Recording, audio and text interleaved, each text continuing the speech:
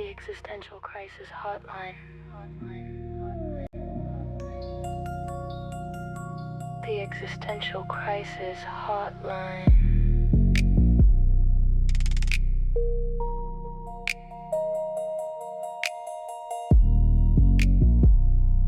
The Existential Crisis Hotline.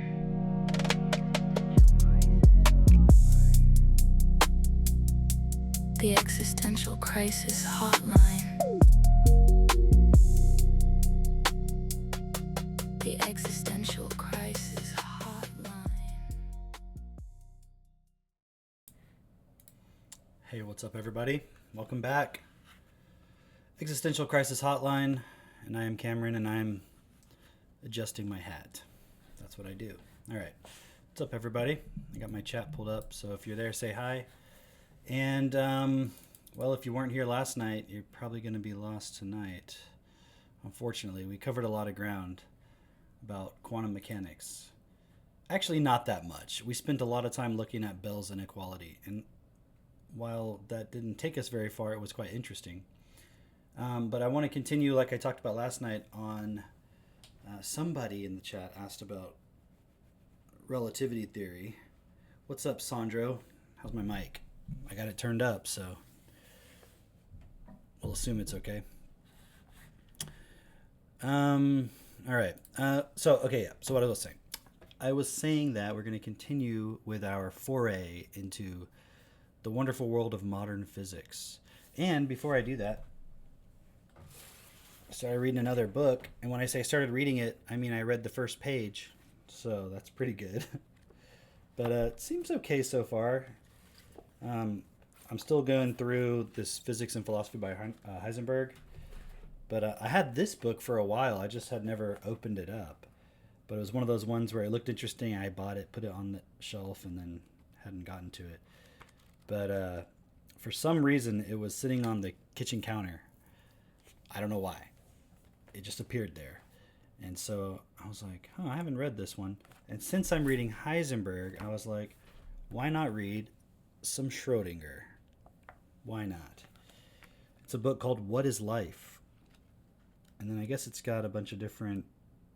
It's got a book called What is Life? And then also, let's see... I guess it's like a lecture series that was put into a book format.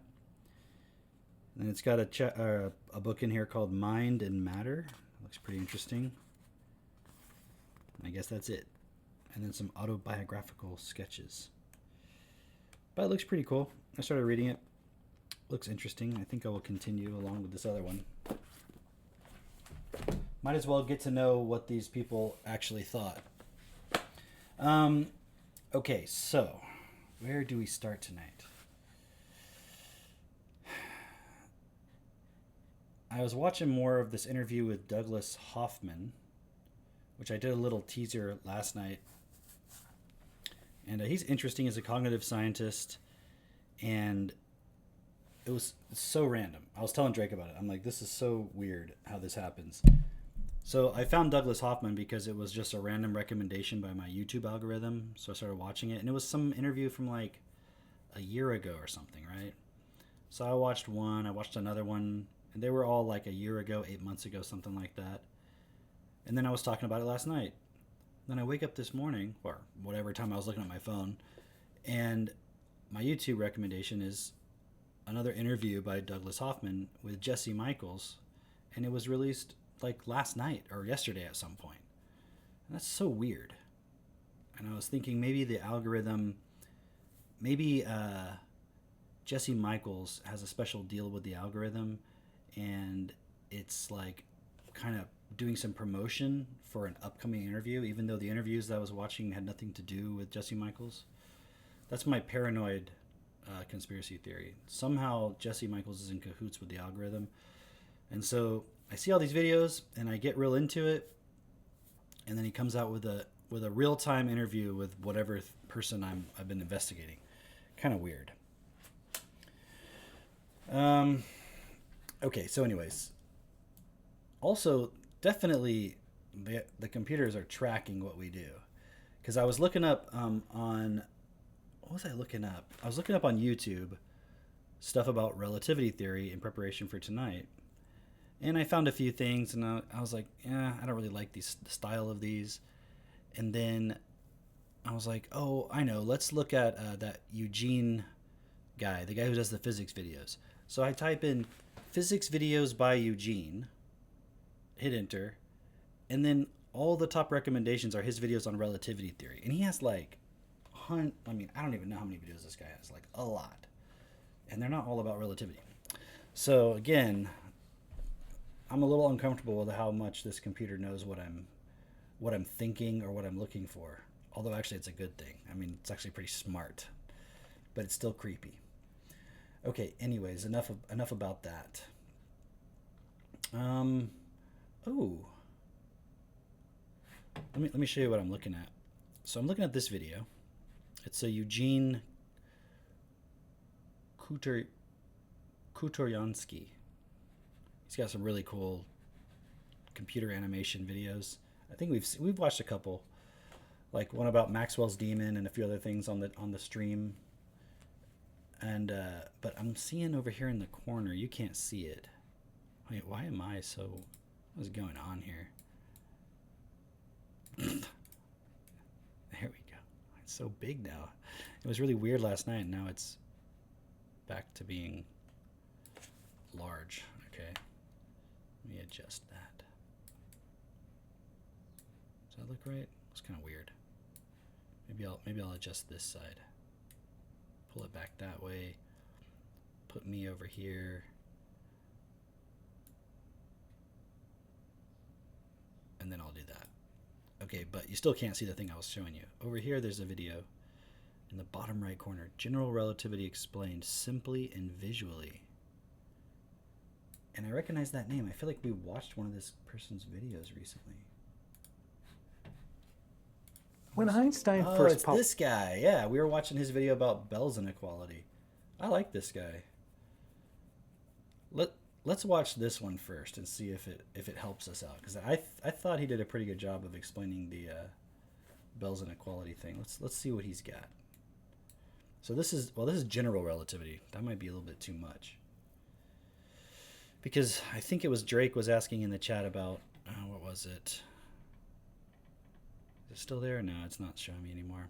It was kind of like this point of like, but why does time change? Oh, here it is. I don't understand the convention that information can't travel faster than the speed of light. Well, actually, I don't know if we're going to answer that question. Let's just look it up. Why can't information travel faster than the speed of light? See how much better I type when I got the keyboard over here? When it's like up higher on this other desk? Something about that angle, it's like really weird.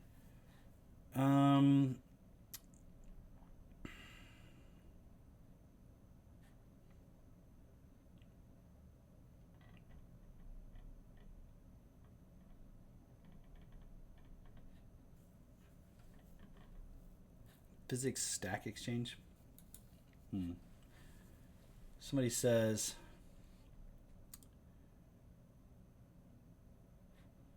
I don't like that. Let's see. This is someone asking physics. Reddit physics. High school student here knows nothing about physics. Nothing can go faster than light.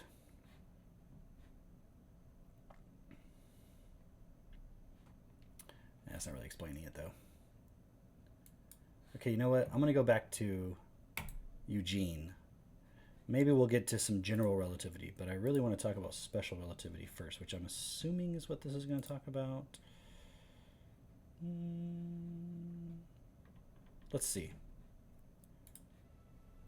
The questions we ask about the universe are often based on a flawed understanding of the nature of time. For example, we often ask, what is happening somewhere else in the universe right now, at this moment in time?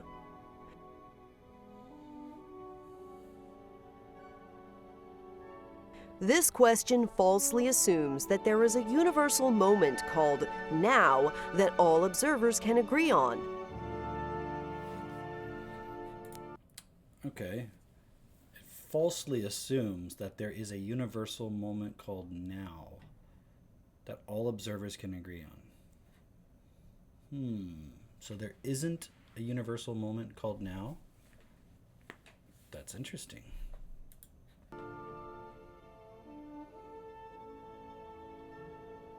According to Einstein's theory of relativity, different observers will disagree on whether or not two events happened at the same time, and no observer is more correct than any other.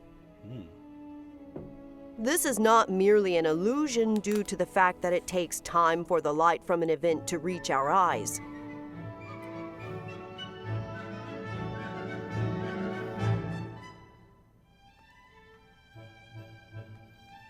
Even after the time necessary for light to travel is taken into account, different observers will still disagree about whether or not two different events happened at the same time.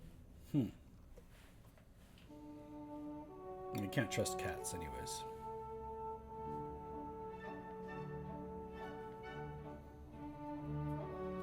Suppose there are 3 spaceships moving together at the same constant speed. Okay.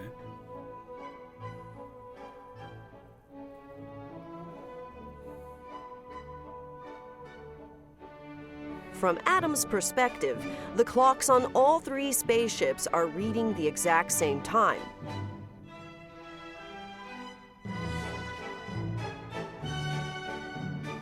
Adam. From Sarah's perspective, the clock on the left spaceship will be ahead of the clock on the right spaceship. What?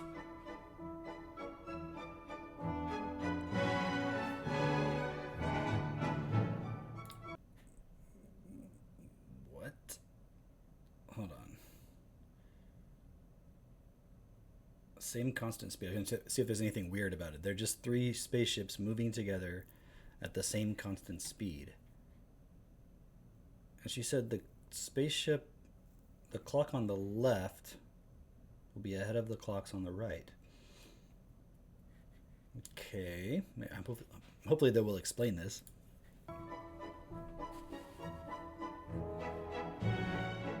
Sarah sees all 3 spaceships moving at the same speed.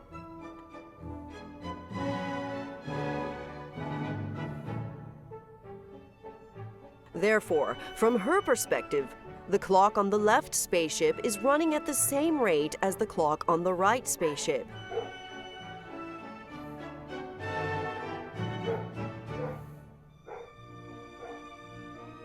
But from Sarah's perspective, the clock on the left spaceship is always ahead of the clock on the right spaceship by the exact same constant amount. Oh, wait. What? I can't tell if they're setting up the thing to explain something or if they're explaining the point already. Because this doesn't make any sense to me. So from Adam's perspective, they're all... Let's go back to Adam. They're all reading the same time. From her perspective, the clock on the left will be ahead of the one on the right. Same scenario. She sees them all moving at the same speed. Therefore, from her perspective, the clock on the left is running at the same rate as the clock on the right. But from her perspective, the clock on the left is always ahead of the clock on the right by the exact same constant amount. What?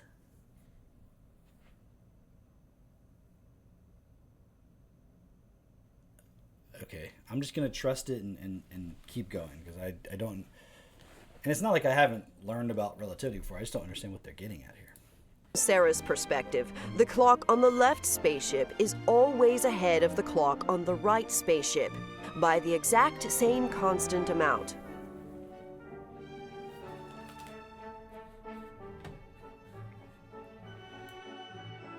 Events that happen at the same time from Adam's perspective happen at different times from Sarah's perspective.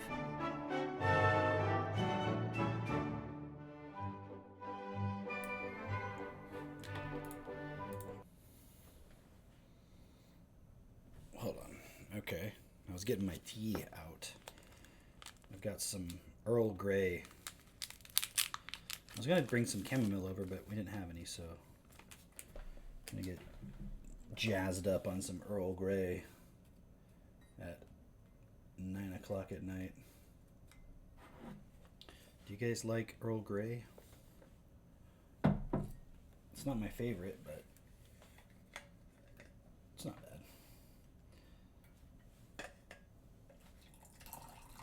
Okay, I just spilled hot water all over my desk.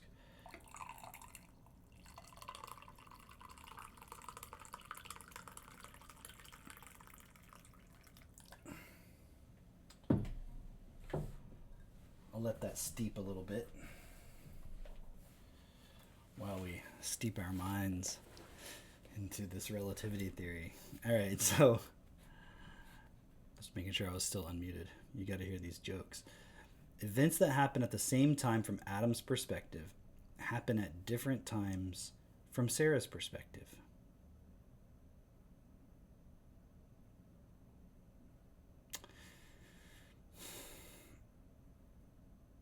Okay.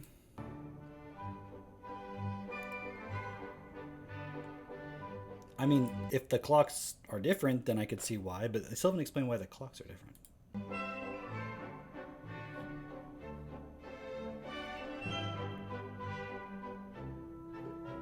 Okay, I can understand that. I can understand that. I think I can understand that. I still don't understand why the clocks are different, because they haven't explained that part yet. But maybe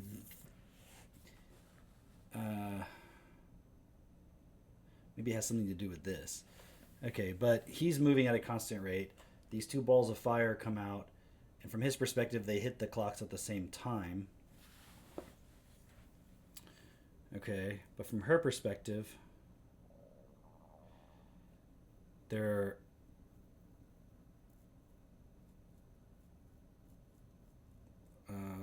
okay.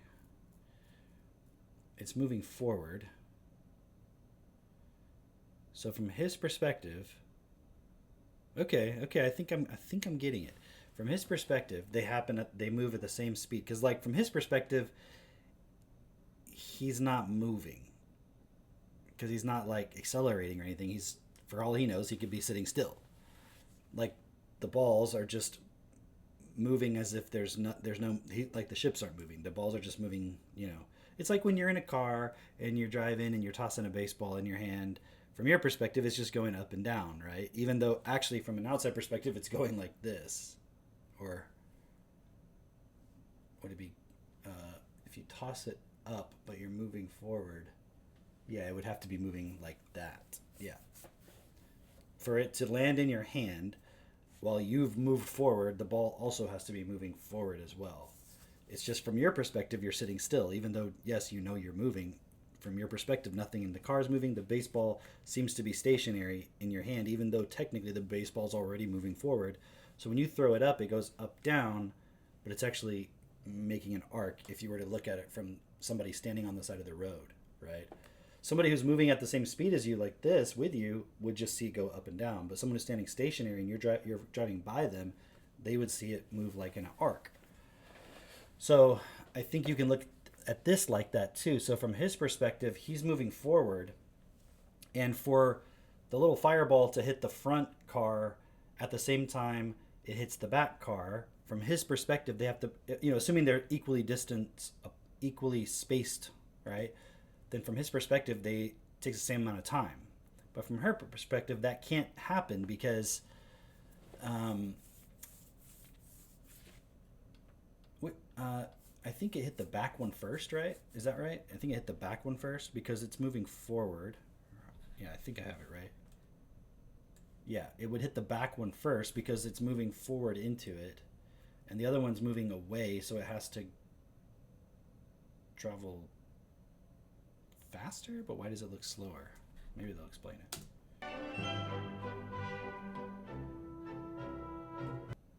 See, it hits that one first from her perspective, and then it takes longer to hit that one. That seems so counterintuitive.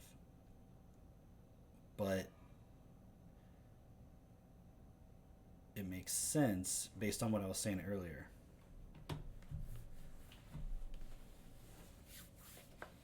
Okay.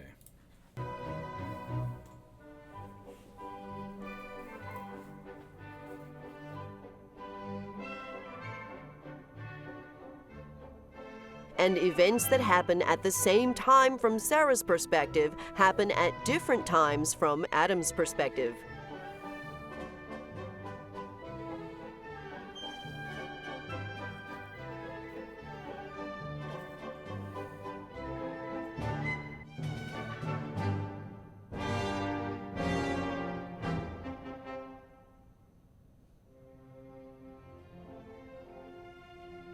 That one seems weird to me.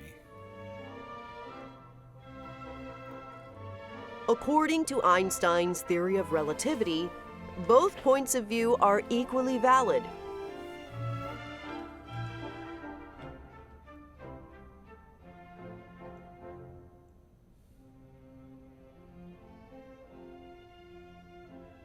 The only events that Adam and Sarah can agree on are the events that happened both in the same time and at the same place.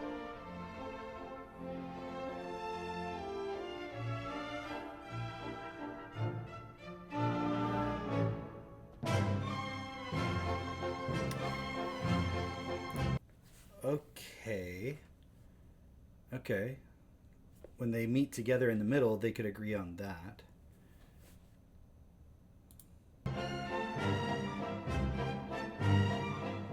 They're happening in two different places. I still don't understand the time though. They haven't explained that.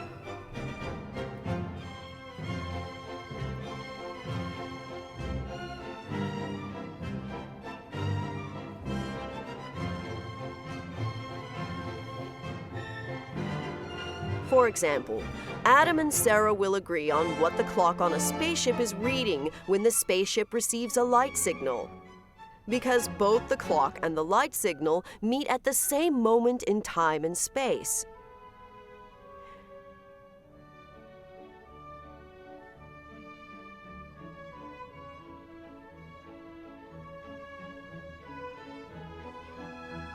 If two events happened at both the same time and place, then everyone will agree that the two events happened together.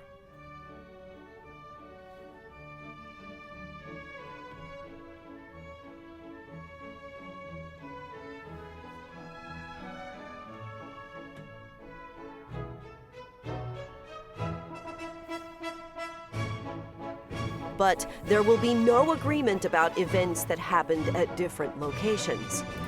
Okay, I feel like we've got to slow it down a little bit because this seems more like it's just illustrating conclusions rather than explaining it. Let's look at this one. Maybe it's going to go into more detail. I feel like I've watched one of these before that really explained all of it. Einstein's theory of relativity. Okay. Einstein's theory of relativity is based on two principles. The first principle is that if you have two objects and nothing else, then it's not possible to tell which object is moving and which object is standing still.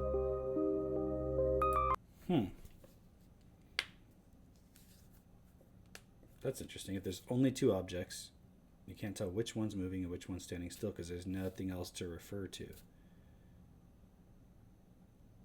But I wonder if that includes the observer as an object. Because if you're like another person standing there, seeing the two things, and you can see one isn't moving, of course you wouldn't know if you're moving necessarily.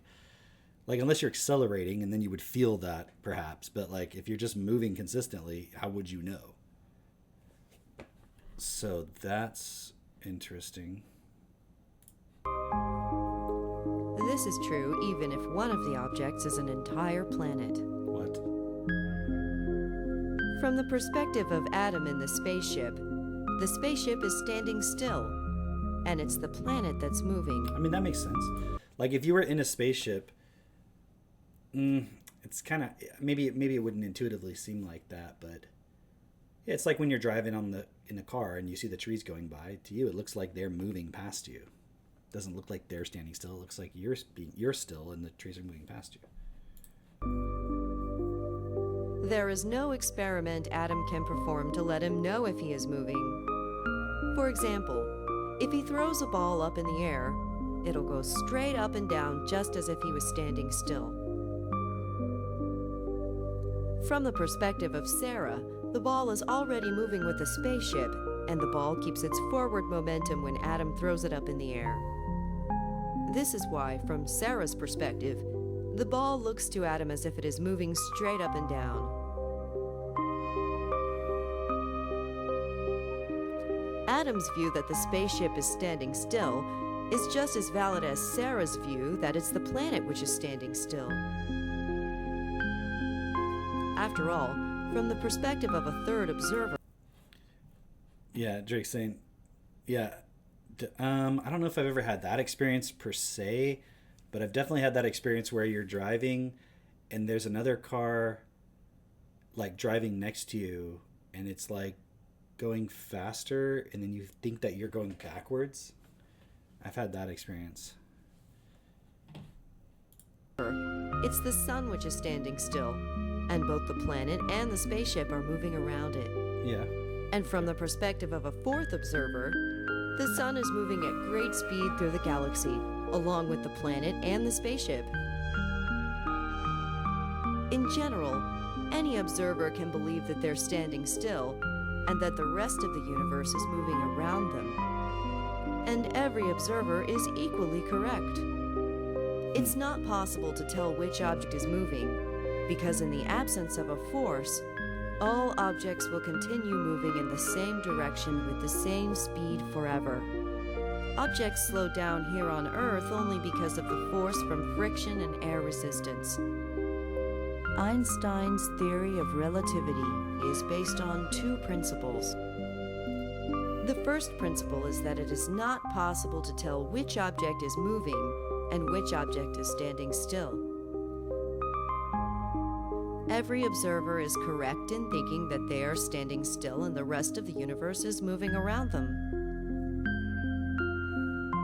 The second principle that Einstein's theory of relativity is based on is the speed of light is the same for all observers.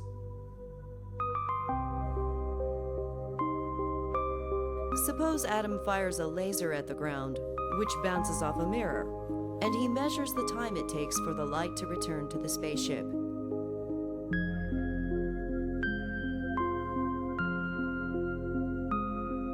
From Adam's perspective, the laser light goes straight up and down.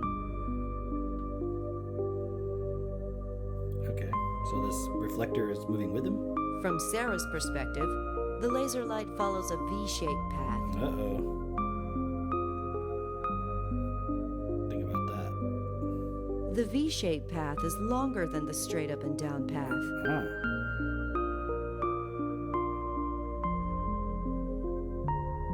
Okay. Since the speed of light is the same for all observers, from Sarah's perspective, it takes a longer amount of time for the laser light to return to the spaceship.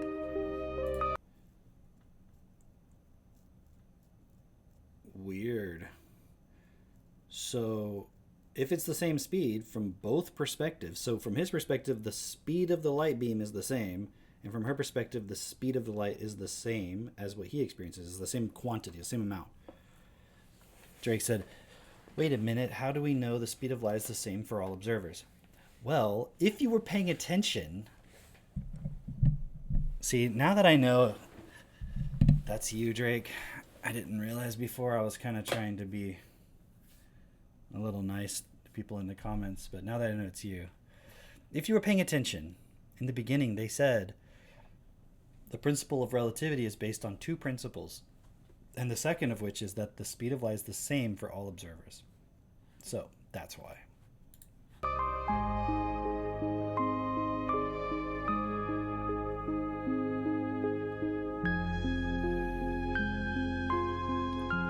I wish there was more talking in this video. What the hell? But I guess it's illustration. If Sarah looks at Adam's clock, she will see that his clock reads less time in between when he fired the laser and when he received the reflected light back. Why? Why? Yeah, duh. Because the clock slows down, obviously. They still haven't explained this part. Okay. Nature of time and simultaneity. Was that the one we did? Yeah, we did that one, I think, right? That was the one we were just looking at? Let me just double check. Yeah, we did that one, okay. I know I've seen ones that explain it all, but okay, I'm too invested. I can't quit now. Yeah, I know I haven't. This means that Sarah will see Adam's clock running slower than her own clock.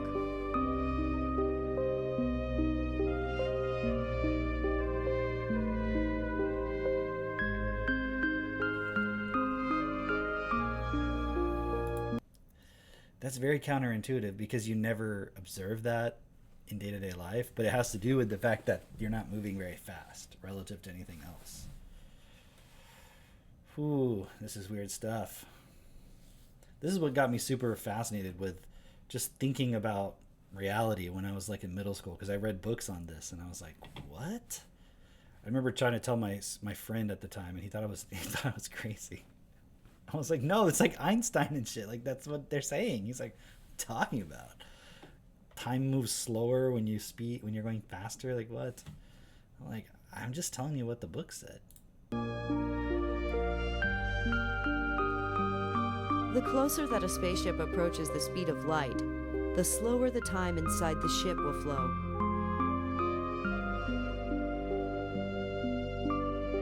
If the speed of the spaceship was equal to the speed of light, then time inside the ship would stop altogether. No matter how fast the spaceship travels, Adam will never notice that time for him is going slower. That's weird. Everything is slower by the exact same amount, including the speed of his thoughts. So time for Adam appears to be flowing normally. Drake said he's calling bullshit. From Adam's point of view, You're disagreeing with Einstein? Who do you think you are? his ship is standing still, and it's the rest of the universe that's moving. Okay, I mean, that makes sense. The rest of the universe is moving. Therefore, Adam will think that everyone else's clocks are moving slowly.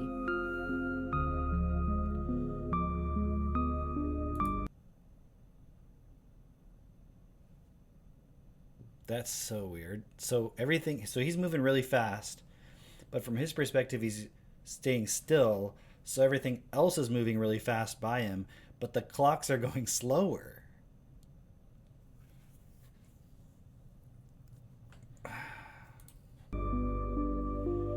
Suppose there are 3 ships moving together, and Adam fires a laser to the 2 other ships. From Adam's perspective, all 3 ships are standing still, and the 2 other ships will receive the laser light at the same time. Sarah sees the light from both lasers move at the same speed.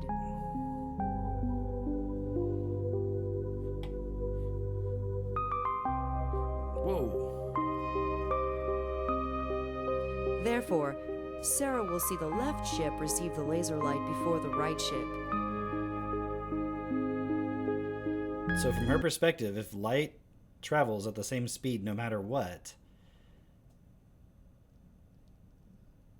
think about it. If it goes different distances, but from the other guy's perspective it went the same distance, then it has to happen at a different time from her perspective. So if you're assuming that the speed of light has to be the same for everybody, then it makes sense on that, based on that.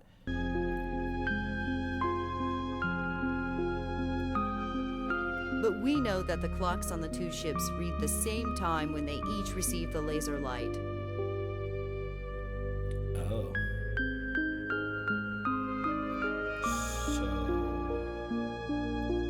This means that Sarah must see the clock on the left spaceship running ahead of the clock on the right spaceship.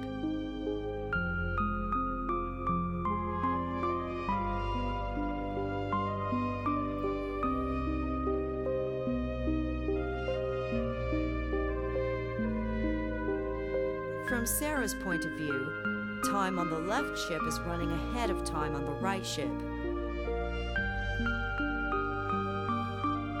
From Adam's point of view, So that when it hits the back one, it's the certain time, and by the time it hits the front one, the clock would have caught up to that same time that it did it on the other one, or no?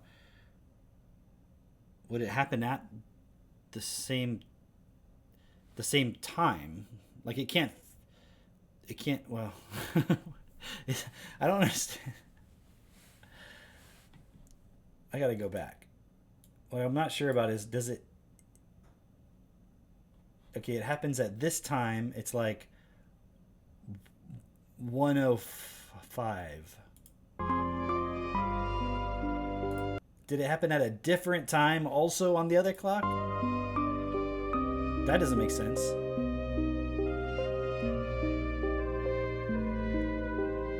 From Sarah's point of view, time on the left ship is running ahead of time on the right ship. I get that. From Adam's point of view, the time on both ships is the same. Yeah. Suppose that Adam sends a command for all the ships to fire their engines at the same time.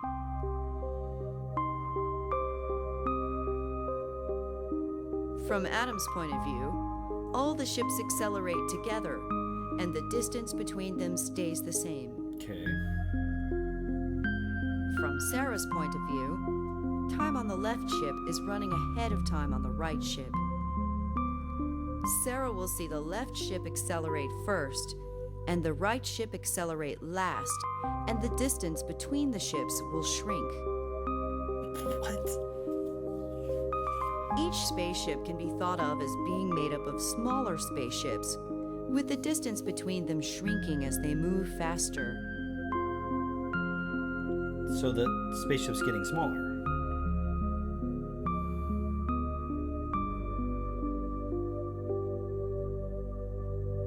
So The length. closer a spaceship approaches the speed of light, the shorter it becomes.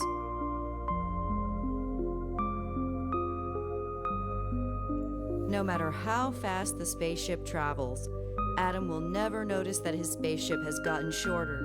What's he measuring with that ruler in there? Everything inside the spaceship has gotten shorter by the exact same amount, Everything? including Adam himself and all his rulers.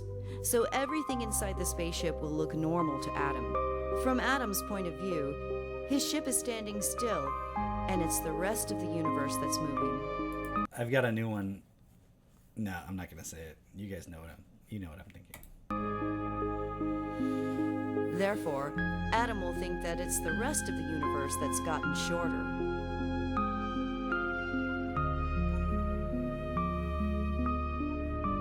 If Adam is moving at almost the speed of light, then from Sarah's point of view, time inside Adam's ship will almost stop completely.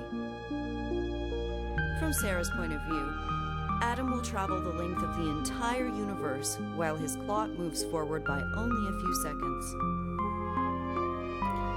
Are they ever gonna explain it? From Adam's point of view, time inside his ship is running normally.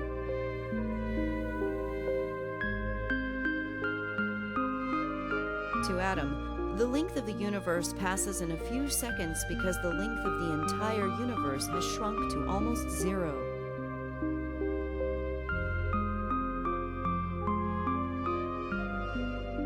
Suppose two ships throw identical balls at each other. Oh, The balls bounce off each other and return to each ship. Okay. From Sarah's point of view, time on Adam's ship is moving slowly. From Sarah's point of view, Adam throws his ball much more slowly. From her point of view, Adam's ball and everything on Adam's ship must have more mass. Otherwise, Adam's ball wouldn't have had enough momentum to cause her ball to bounce back. Okay. I gotta find something that explains it. Because this is just like telling us what happens, but it's not explaining. Explain relativity. Time. Let's just see what it says. Space-time. Have I seen this before? Time dilation. I remember watching this one video and I feel like it had to do with cats. Or something. But who knows? Maybe I'll never find it. Is time an illusion? I don't know. Special relativity. This is why you misunderstand it.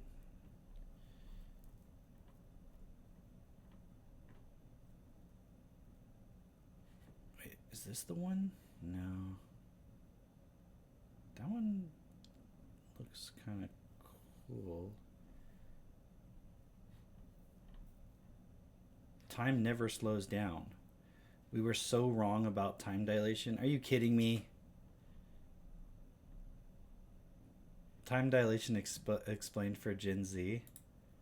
Hey yo, what's good gang? Today we're quarreling about Einstein's theory of special relativity. I promise you, bro cooked here. Just hear me out. Imagine you and bro are on a train. Up to the... No, I'm not imagining anything about me and bro being on a train. Dang, I wish I could have found that. There was a really specific video I remember watching a long time ago, and it explained it so well I don't understand it still.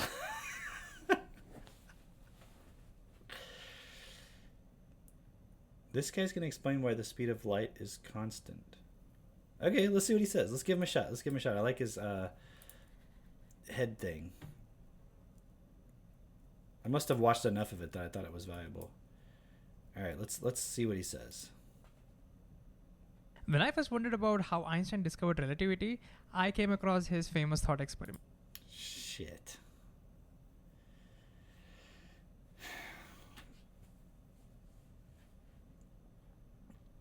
Yeah, it's not just like you could just make a shitty video with classical music and it's just supposed to believe it. We're just supposed to believe it.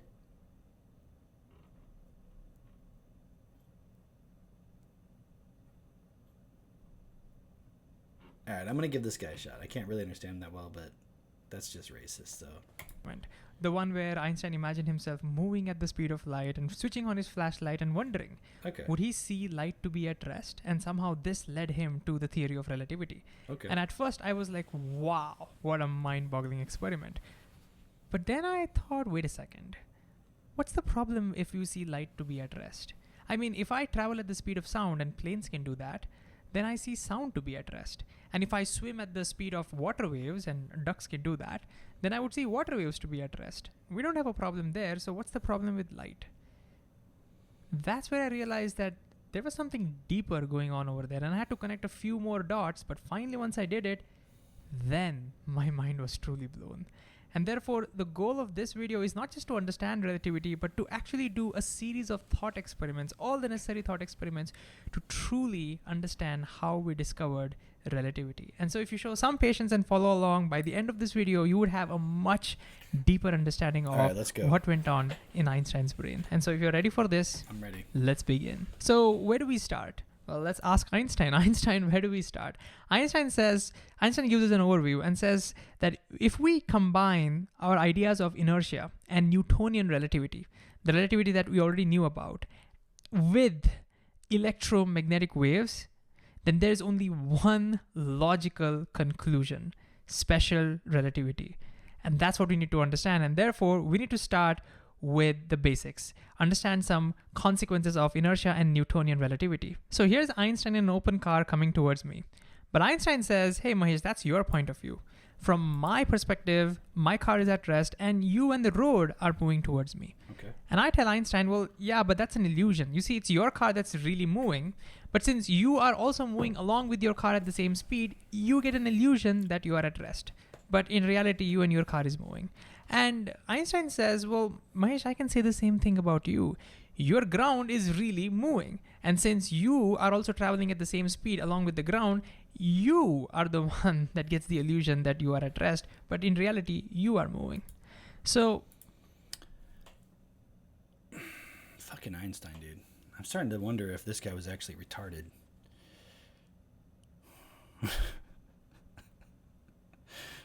It's like the scientist version of, I know I am, but what are you? Or I know you are, but what am I? Like that whole thing.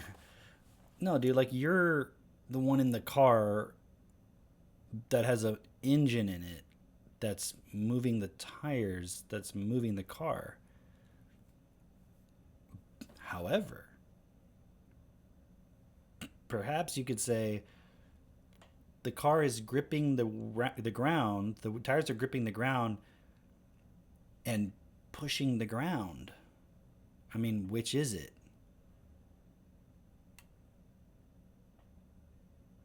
Kind of makes sense, I suppose. All right. We'll see. how do we solve this? It sounds silly, but how do we solve for this? Well, Einstein says we need to identify an experiment that he can do that will confirm that indeed it is him that is moving. And I say, well, very simple. Einstein, your car is shaking. And if you're traveling on Indian roads, you know you're moving. And Einstein says for the rest of the video, Mahesh will only consider very special cases where things are going at constant velocity. No shaking, no accelerations whatsoever. And I ask Einstein, but why? Because Einstein says this is a video on special theory of relativity. Wait, is that where the word special comes from? That's right. The word special comes from the fact that Einstein, when he was initially thinking about it, he only worried about constant velocity motion. So that's what makes it special. We're only considering special cases where things are moving at constant velocity. Later on, he found a way to extend this argument in general to all kinds of motion. General relativity. Okay? All right. So Einstein is coming towards us at constant velocity. How do we confirm that it's him that is moving? What kind of an experiment can we do? Actually, quite simple. Einstein, take a ball, throw it up. See, what I'm thinking is if he throws up a ball, then because his car is moving forward, that ball is going to fall behind him. No. And so from his perspective, it will feel like the ball went back. And we're ignoring wind over here. So if you were at rest, the ball wouldn't go back. And that's how we would know that Einstein is moving. So Einstein, let's do that experiment. So he does that experiment and it doesn't work. The ball comes back to his hand. Why did that happen? Einstein says we forgot something. See, even before the ball was thrown up, it is in motion. It has a forward velocity. And so when it gets thrown up, it continues to move forward because of inertia. You see, guys, you're staying at rest. And the reason why you're not moving, okay? So first of all, you're not moving. So when you throw the ball up, it comes back down because you're not moving. And they say, but why doesn't it fly out of the car? Oh, it's because you're not moving. Okay, yeah, right. It's because you're not moving. But also, the reason why the ball comes back down is because it has forward momentum because it's moving. Got it. Okay. All right. I think I'm thinking like a physicist now. It's at rest. And the reason why it moves like that at rest is because it's moving. Got it. Newton's first law, things at motion have a natural tendency to stay in. Things in motion.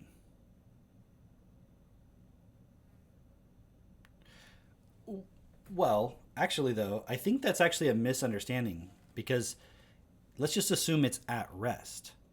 So it's not moving forward. You with me so far? It's not moving forward because we don't know it's moving forward. So if we don't know it's moving forward, we have to assume it's at rest. And what does Newton's law say about objects at rest? Unless a force acts on them, like pushing it forward or backward, it's going to stay at rest. So obviously it goes up and down, but we're talking about the forward and backward. So it's not going to move backward because it would have to be forced backward, like by the air molecules or something. All right. No, this is not the same guy that says the moon. Oh, no, yeah. No, wait, hold on. Is this the same guy who said you think the moon only exists when you observe it, but he says he's not the one moving? Oh yeah, good point. That's a good point.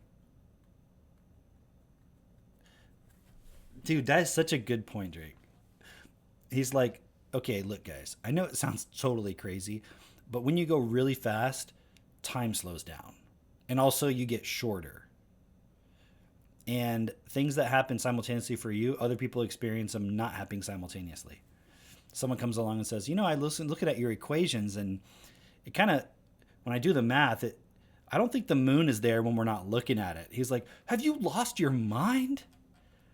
You don't think it's not, you think it's dependent upon your observation and your perspective whether the moon exists?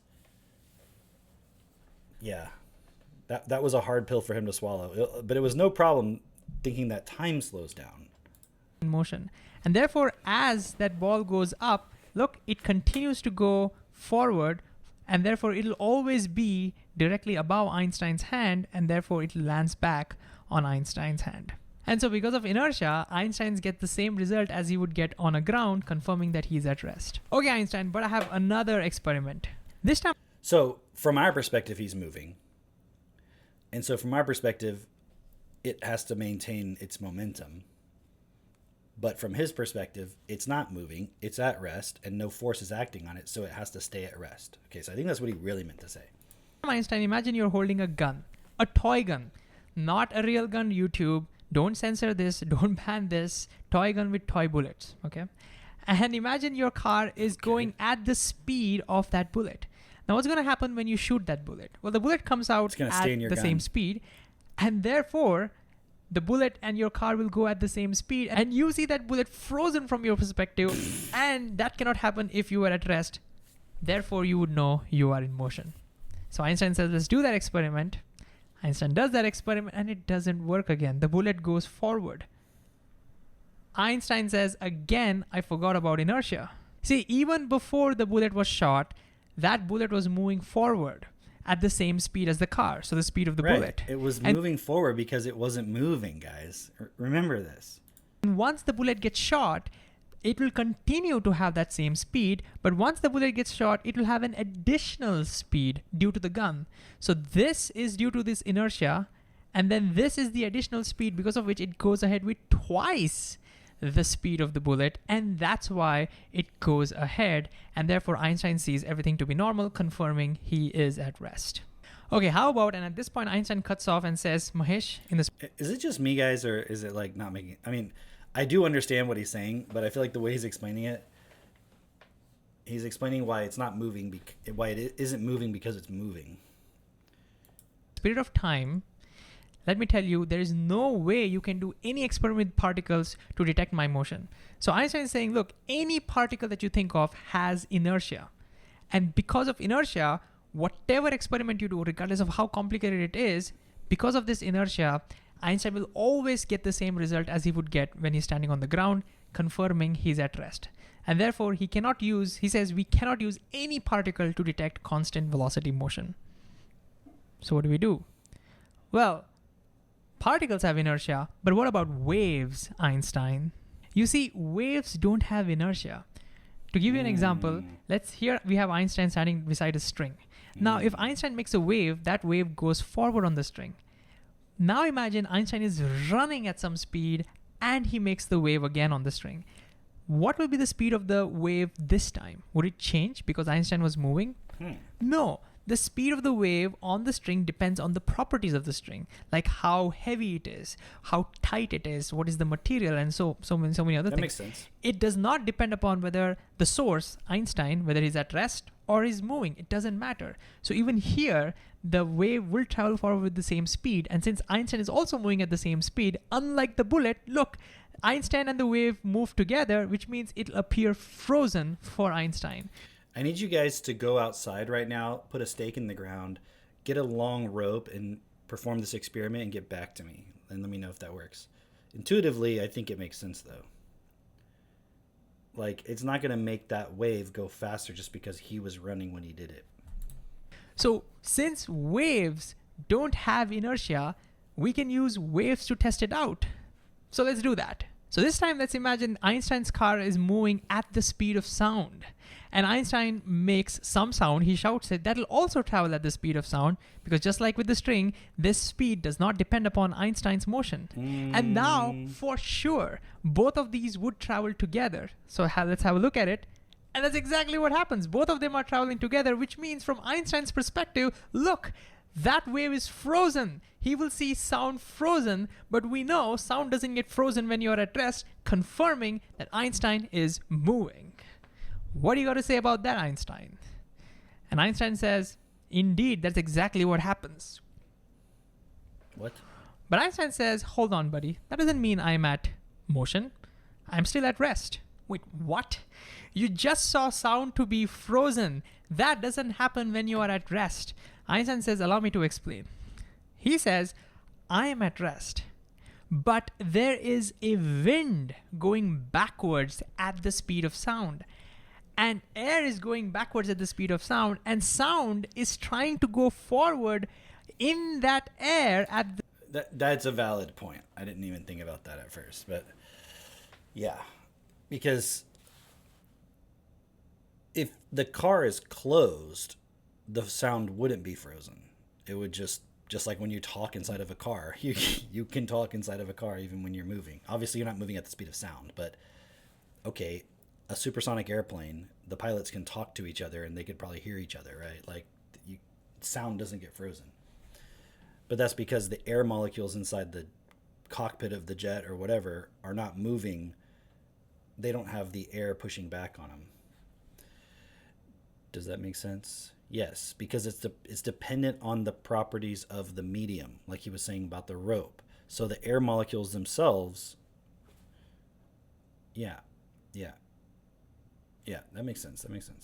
the speed of sound forward, but because of the air, it's not able to go, and that's why it's frozen. So the reason the sound is frozen is not because I am moving, Mahesh. He's saying it's because there is a wind that's going backwards. That's what's making it frozen.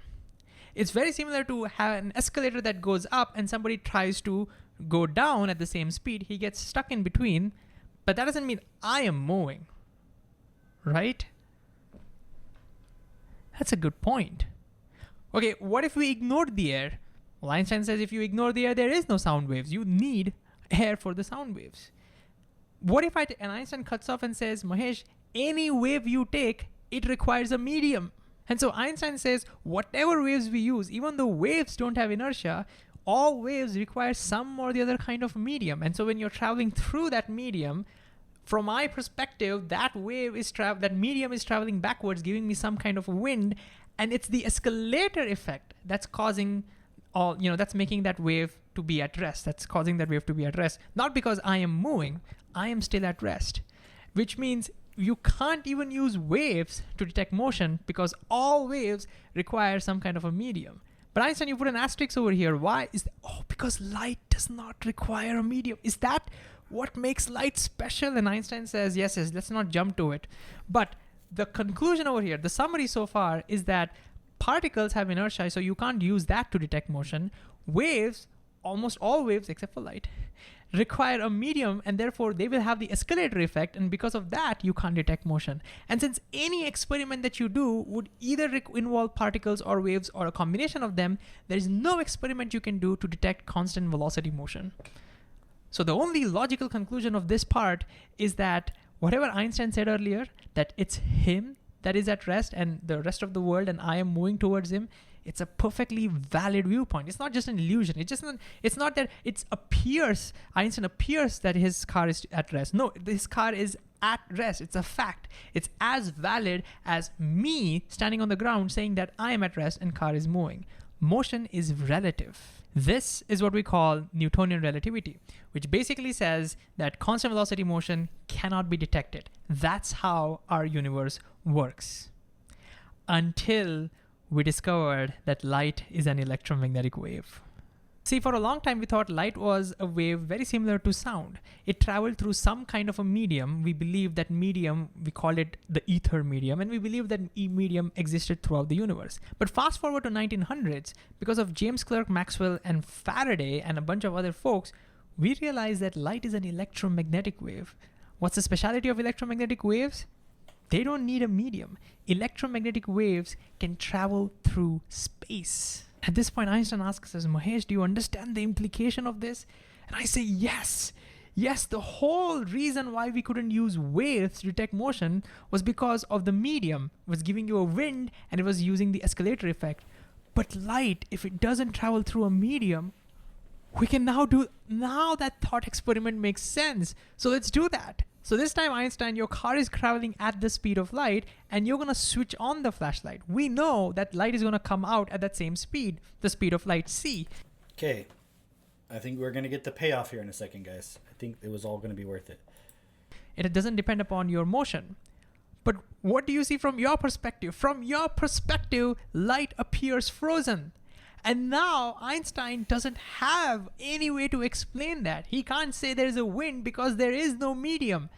That's what makes light special. And therefore, now Einstein, you have no choice but to accept that you are the one that's traveling through space. But Which means the fact that light does not require a medium somehow breaks relativity. And Einstein says it's not just going at the speed of light. Even if you were traveling slower than the speed of light and you switched on the flashlight, then we would see light going ahead of us, but much more slowly than the speed that Maxwell predicted. And so we would be able to detect any velocity motion. And therefore, if light does not travel through any medium, it travels through space, we don't get an escalator effect, and therefore we can detect motion. And so what does it mean? So light breaks Newtonian relativity. How do we solve for this? Einstein, what happens next? Well, Einstein says most folks, our first instinct was to think that Maxwell screwed up somewhere. I mean, this can't be true. So a lot of us thought that no, light cannot travel through space because of this problem. Light must be traveling through that medium. Ether medium must definitely exist. In fact, people believed in ether medium so much that we thought, let's do an experiment for it. See, Earth is traveling through space, and therefore, just like with the case of Einstein in the car, if we shine light in the direction of Earth's motion, it should travel slightly. We should detect it to be slightly slower than the actual speed of light. And that way we could find the speed of the ether and the speed of Earth's motion and all of that. But when we did this experiment, in fact, Michelson and Morley tried to do this experiment, and when they did that, we found the speed of light to be exactly c, 300,000 kilometers per second, whatever was predicted by Maxwell. We didn't find any difference. In whichever direction we measured, we always found the speed of light to be exactly the same. What did it all mean? Einstein says this and other experiment shows that there's nothing wrong with electromagnetism. Maxwell was good. So there's nothing wrong with electromagnetism, and we believe in Newtonian relativity. That cannot be broken. So there's only one way to put this all together. If light does indeed travel at the speed of light, and constant velocity motion should be undetectable, there's only one logical conclusion. The speed of light should be the same for all observers, even the ones traveling close to the speed of light. That's how Einstein came up with this postulate. Does it make sense now? Can you see the motivation behind it? The very reason he had to do this, because it was the only logical conclusion. Because that's the only way constant velocity motion can be undetectable and light can still travel in vacuum. Isn't that amazing?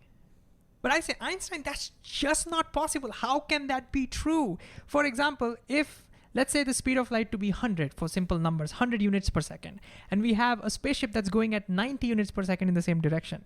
If I wait for 1 second in my clock, that light would have traveled 100 units, the spaceship would have traveled 90 units, but look, from the spaceship's perspective, that light has only gone ahead of the spaceship by 10 units in 1 second. And so when people inside the spaceship try to measure the speed of light from their perspective, they will find distance by time equals 10 divided by 1. They will see the speed of light to be 10, not 100. Your postulate cannot be true, Einstein. And Einstein says, Mahesh, I had the exact same thought, but with one difference.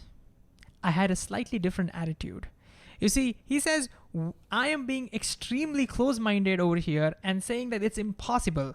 Versus Einstein was asking himself, what should change in his thinking to make that possible? And I asked Einstein, explain to me. What do you mean exactly? So Einstein says, this is correct. This is from Newtonian physics. This is what we get. But from my postulate, I want this number to be 100. I want even this observer to see the speed of light to be 100 units per second. So I started thinking, how can this be true? How can I make this happen? And well, what's the only way to make this happen? Well, I need to find a way to make this number higher. What is the only way to make this number higher? Well, it's a fraction. The only way to make that number higher is to either reduce the denominator or increase the numerator.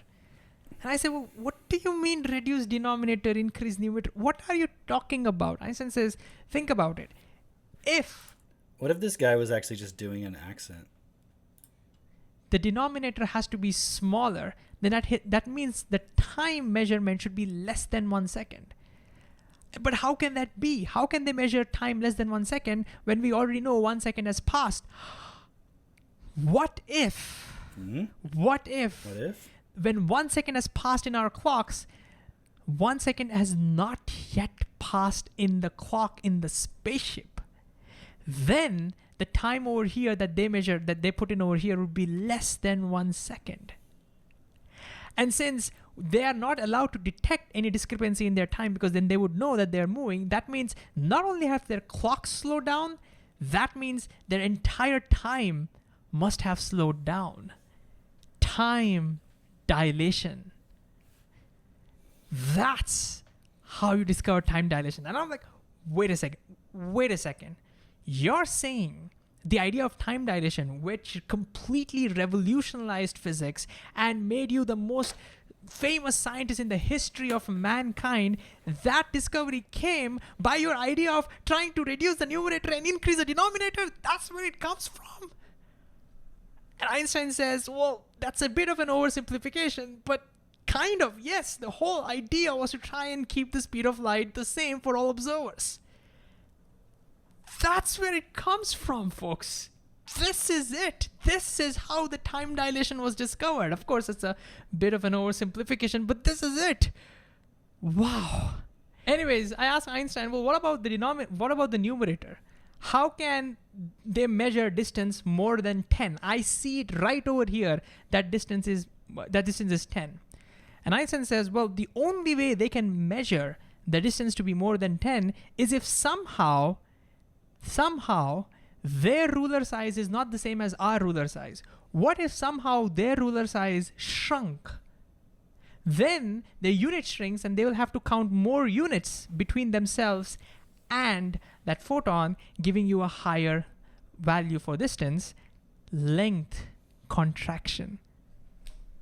So just from the idea of keeping the speed of light a constant, we discovered length contraction, time dilation.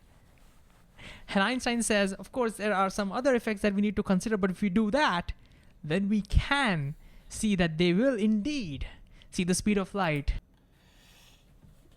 It still is not explaining why did they come up with the idea that the speed of light is constant.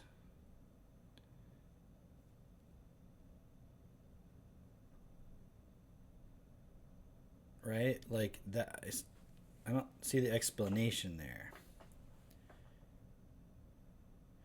Everything's like the easiest way to understand this, and then you watch it and you're like, I still don't understand. We are living in a three-dimensional universe. A one-dimensional object means it doesn't have any length, width, or height. The best example of a one-dimensional object is a... No, I want to know, why is the speed of light constant? Why is the speed of light constant? Because it is.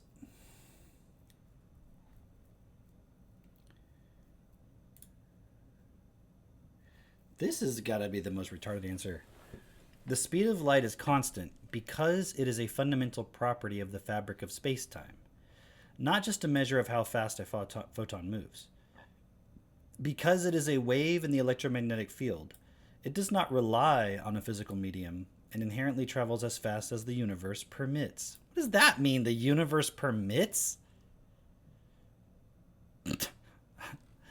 I love the chat tonight, guys. It's pretty insane. He was pretty short. He's like, it's just because my brain thinks so fast.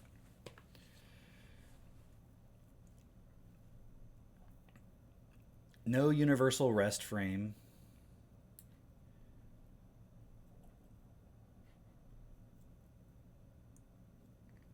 All right, let's see what Wikipedia says. The speed of light, often called simply the speed of... Oh, whatever. Universal constant. It is exact. They travel in a vacuum. Massless particles. The speed of light is the same for all observers. As a result... No. Why is it?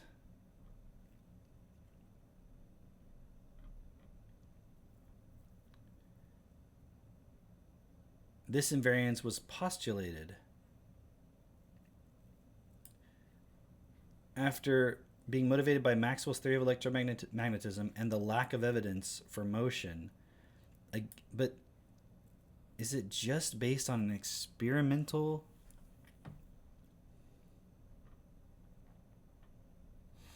I've heard other explanations, and I feel like it had more to do with like a paradox if it's not constant. Because none of this is explaining why.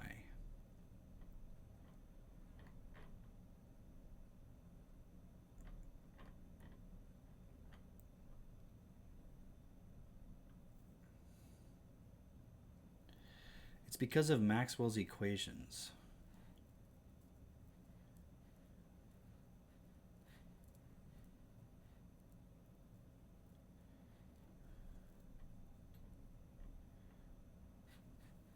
We got to get to the bottom of this, guys. See, I wonder if Arvin Ash has any special relativity, because he's pretty good. Let's see what old Arv says. Oh, this is one of his videos. Thought experiments. All right, wow. In 1894, a high school teacher suggested to one of his precocious pupils that he should leave because he was unhappy. The teenager took that advice and never came back. Later, he tried to apply to a prestigious university, but failed the entrance exam. Later in his life, when he tried to get his dream job as a professor, no university would hire him. He had to settle for a lowly job as a clerk at a patent office. History does not remember the names of the teacher or the names of the universities that rejected him for a job, but it will never forget that teenager, because he went on to not only revolutionize physics, but changed the way we view reality itself. In 1999, Time magazine named him Man of the Century. Today, his name is synonymous today. But to understand how revolutionary it was for its time, it's helpful to look at what the conventional understanding of physics was during the time of Einstein's teenage years. First, in 1801, Thomas Young had conducted a simple double-slit experiment that showed that light behaved like a wave. Okay. So the we have that predominant context. theory about light at the time was that it was a wave. The problem is that a wave, it was thought, had to move through some sort of medium. Something has to be there to make the wave, similar to how a wave on an ocean needs water to create a wave. But light was known to travel through outer space, obvious because you can see starlight. Yet outer space was believed to be empty, containing nothing, and it could be easily demonstrated that light can indeed travel in a vacuum. So scientists thought that the only way light waves could travel through the vacuum was if there was some kind of medium that pervaded space and the entire cosmos. They called this substance the luminiferous ether. And this theory of ether was the standard theory of physics for most of the 19th century. Late in that same century... See, but didn't they say earlier when they did the experiments and they like checked like, okay, the Earth's moving, you shine the light, it doesn't slow down, so like that's like the wind particles are not pushing back on it. But what if the ether just doesn't move with the physical objects. So why couldn't there still be a medium that you just can't measure? I don't know. In 1887, two scientists by the name of Albert Michelson and Edward Morley came up with an idea to test the existence of the ether.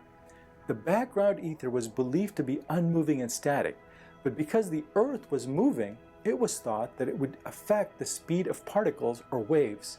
If the wave was traveling in the same direction as the Earth, the speed of the wave should be higher in the direction of the speed of the Earth. This would be similar to how a boat moves faster if it's moving with the flow of the current than if it is moving against the current. To test this hypothesis, Michelson and Morley designed a device that split a beam of light and bounced it off mirrors so that it moved in different directions and finally hit the same target.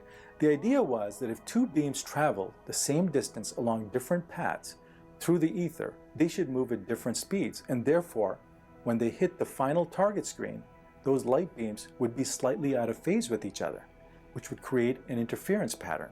The results of this test were astonishing. They showed that there was no difference in the... They should have done it on DMT. And they had a coherent laser light. They should have just... maybe we would have already solved this problem. Speed of light of the two measurements. No matter which path the beam took, light seemed to be moving at precisely the same speed. This seriously jeopardized the ether theory, at least for light. No one could make sense of this or come up with an alternate theory to explain it. It was labeled the greatest failed experiment of all time. This is where Albert Einstein comes in. The term relativity had been around even before Albert Einstein, but it was thought of in a completely different way. The term had originated with Galileo Galilei. He and Isaac Newton had demonstrated relativity. So for example, if you're walking on a moving train and someone stationary in the ground is watching, your speed relative to that observer will be the sum of the speed of the train and your walking speed. Yeah. This makes logical sense. But something seemed wrong with this classical interpretation of relativity as it applied to light. Just prior to Einstein in 1873, it had been recently proposed by James Clerk Maxwell that light was an electromagnetic wave, and he had calculated its speed, which was approximately 186,000 miles per second. Einstein knew this, and he came up with a thought experiment as a 16-year-old. His thought was to imagine that he was chasing a beam of light while traveling at the speed of light himself. What would he see? If young Albert could catch up to the beam, he writes in his notes, I should observe such a beam of light as an electromagnetic field at rest, though spatially oscillating. In other words, Einstein thought that he should see a stationary wave of light. Yet that was impossible. Einstein knew that such stationary fields would violate equations of electromagnetism developed by James Clerk Maxwell 20 years earlier.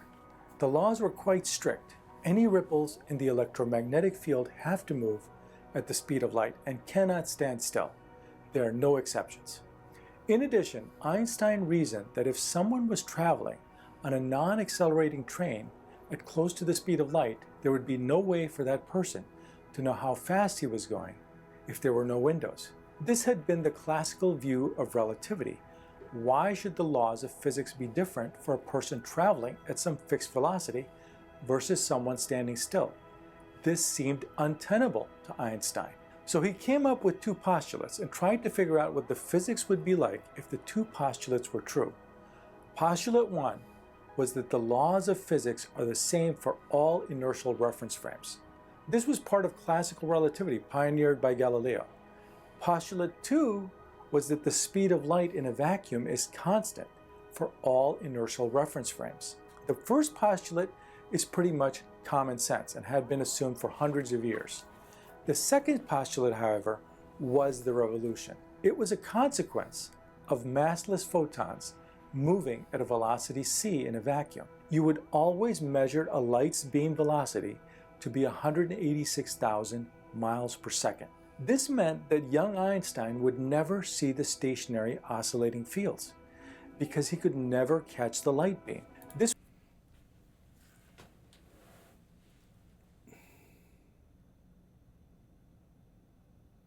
That is so weird. I'm still not satisfied. And see, the thing is, they're saying it's like hidden in the Maxwell's equations. So he had that insight that it's the same for all inertial reference frames, which, okay, that's fine, you have this insight, but why is it the case? Why is it the case, though, actually? Like, why must it be the case? I feel like there's got to be some explanation that explains why. This was the only way that Einstein could see to reconcile Maxwell's equations with the principle of relativity. But this solution seemed to have a fatal flaw, and Einstein later explained this problem with another thought experiment. Imagine firing a light beam along a railroad embankment just as the train roars by, in the same direction at say 2,000 miles a second. Someone standing on the embankment would measure the light beam speed to be the standard 186,000 miles per second, but someone on the train would see it moving past at only 184,000 miles per second. If the speed of light was not constant, Maxwell's equations would have to somehow look different inside the railcar, Einstein concluded. And his first postulate that the laws of physics must be the same for all frames of reference would be violated. I mean, that makes sense. This apparent contradiction left Einstein spinning his wheels for almost a year. But then, on a morning in May 1905, he was walking to work with his best friend, Michel Bessot, an engineer he had known since his early student days. The two men were talking about this dilemma, and suddenly Einstein saw the solution. He worked on it all night, and when they met up the next morning, Einstein told Bessot, "Thank you, I've completely solved this problem." The solution to his thought experiment was that a person traveling on the train must experience time differently than the person on the embankment. Observers in relative motion experience time differently, and this was the moment of the revolution. It completely overturned hundreds of years of classical physics pioneered by Galileo and Newton, in which time was fixed and absolute in the universe. Einstein showed that time is relative and varies in different frames of reference. There is no absolute frame of reference that the ether was theorized to provide. Thus, the idea of the ether was no longer needed. This one realization that reality is not the same for different frames of reference also led to other implications of special relativity. That fast-moving objects appear shorter, that fast-moving objects appear to have increased mass. And finally, the equivalence of mass and energy. This is the most famous equation in science, E equals mc squared. That means that mass and energy are equivalent. So now the big question is, how did Einstein come up with his most famous equation based on his original two postulates? The math is rather complicated, but let's just look at it conceptually. There was a time when mass was always conserved. In any reaction, whatever mass you put in must be the mass you got out. But if conservation of mass is interpreted as conservation of rest mass, this did not hold true in special relativity. Since different observers would disagree about what the energy of a system was, the mass and energy taken together must be conserved, not just the mass on its own. A train traveling close to the speed of light has a lot more energy than a train at rest, but a person riding on the non-accelerating train may not know that the train is moving. So this massive object is moving from the point of view of one observer, but at rest as seen by another observer. One observer would see and measure zero energy of the object, and the other observer would measure a higher energy. It turns out that for the laws of physics, namely conservation of energy and conservation of momentum, to be consistent in the two reference frames of two observers moving with respect to each other, there has to be an energy associated with a body at rest, not just a body in motion. And that is what E equals mc squared implies. The m in the equation is the mass at rest. All masses, even at rest, must have energy. Some people point out that much of the actual work for special relativity had already been done by the time Einstein presented it. The concepts of time dilation and simultaneity for moving objects, for example, were already in place, and the math had already been developed by people like Lorentz and Poincaré. Some have even called Einstein a plagiarist. There's no doubt that the revolution of Einstein was built on the shoulders of other great scientists, and Einstein may have been given a lot more credit than others who did prior work. At the same time, Einstein still deserves the accolades because he took the bits and pieces of the puzzles found by others and put them all together into a whole new theoretical framework. He rejected the idea of the ether altogether. Yeah, I guess I can relate to Einstein. It's a bit like my live stream. I just take the bits and pieces of other people and I put them together. Which other scientists had not done, and boldly proclaimed a new fundamental understanding of time and reality. And the idea of mass and energy equivalence via E equals mc squared is solely Einstein. Scientists who had done prior work like Thomson, Lamore, Lorentz, and Poincaré had never implied such a bold proposition.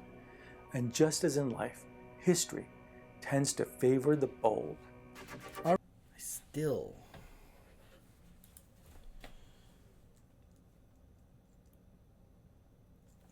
Let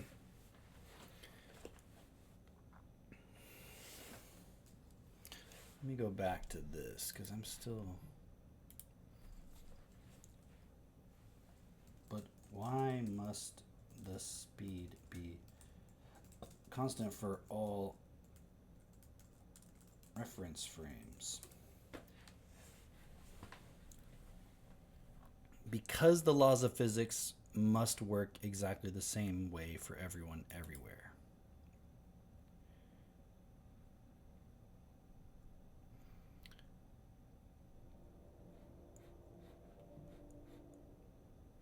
Imagine you're inside a spaceship moving half the speed of light. You turn on the flashlight. If the light speed were relative, someone watching you from the outside would see the beam move at 1.5 times the speed of light.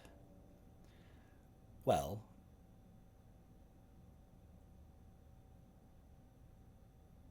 you inside the ship would see it move at the normal speed of light.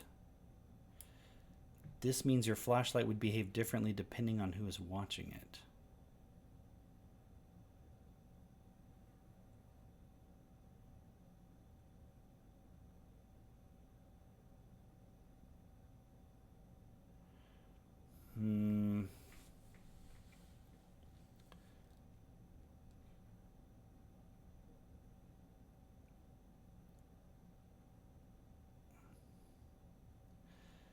Light is an I mean, I'm questioning that because I'm like, but if you throw the ball, you're seeing the ball behave differently. One's going in an arc and one's going up and down depending on your frame of reference. So I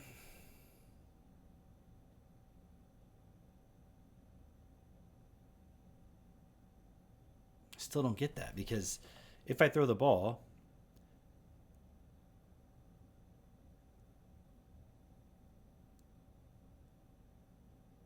yeah, but the problem is they're saying that there's no medium.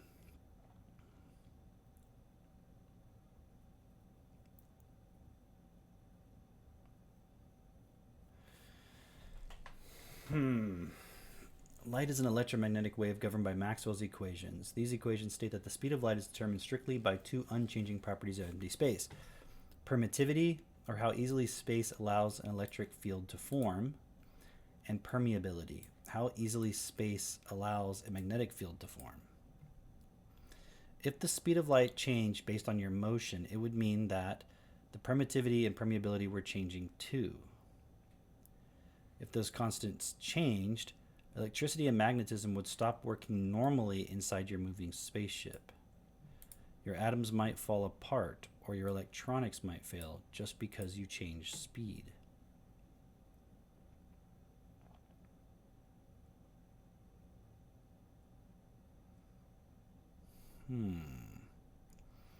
Albert Einstein realized that nature cannot have special rules for moving objects. The principle of relativity demands that all laws of physics are identical in all inertial reference frames. Because light is a direct byproduct of the laws of physics, electromagnetism, its speed must be identical for all observers.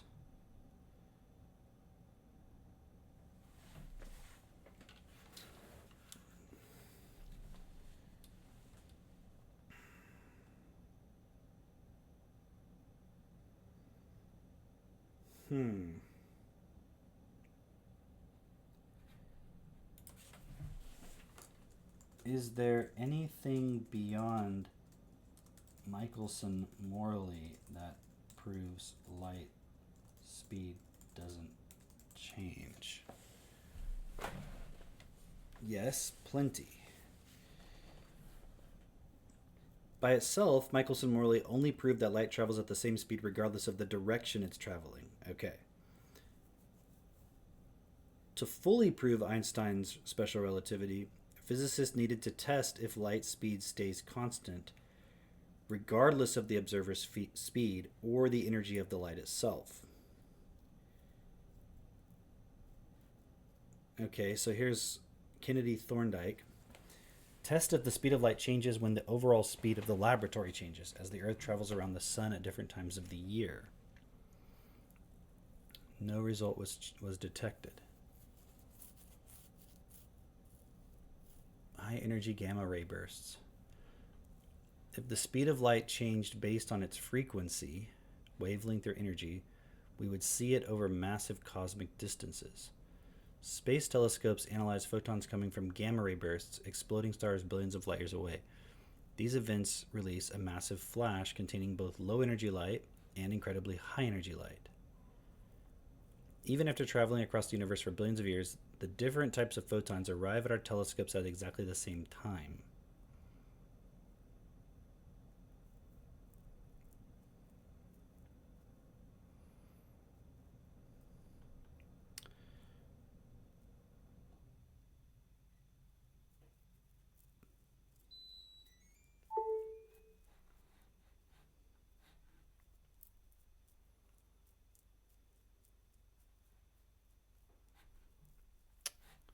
Okay, my power went out, so I'm not really streaming right now, but I can still record.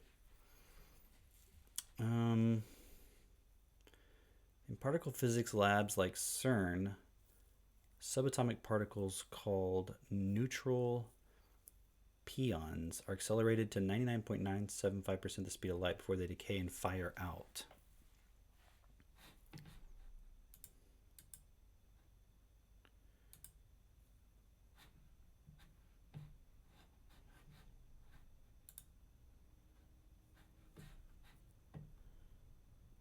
According to everyday physics, the light should travel at nearly double the normal speed. Instead, measurements show that emitted light travels at exactly c. Okay, so they can move something really fast and it didn't change it.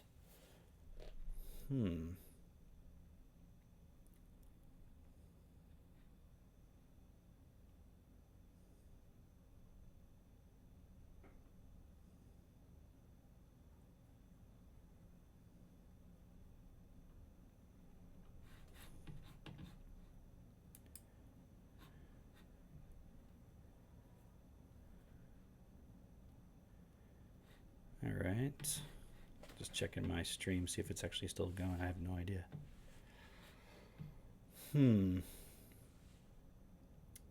It's so weird.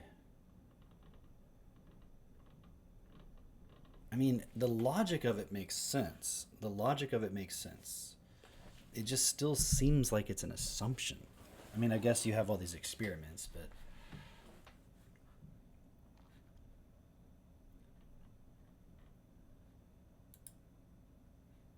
Hey, where's the other one?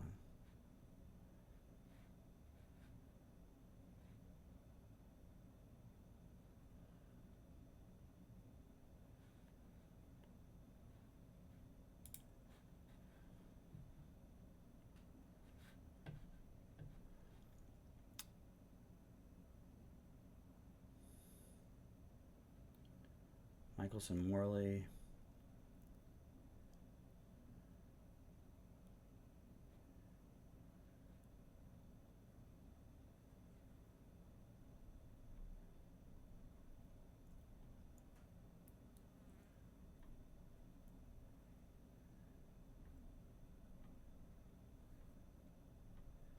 There's just a bunch of people arguing.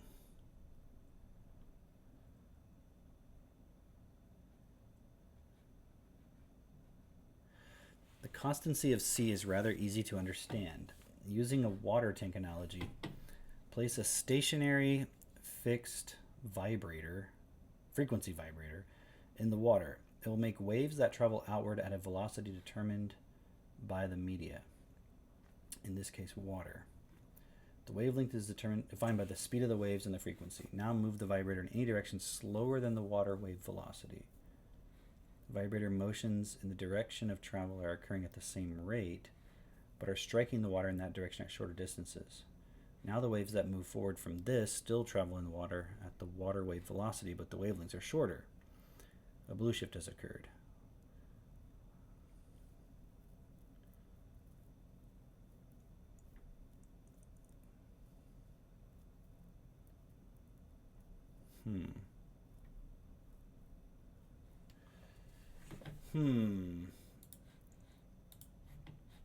Oh, maybe I could just look up the question here. Why is the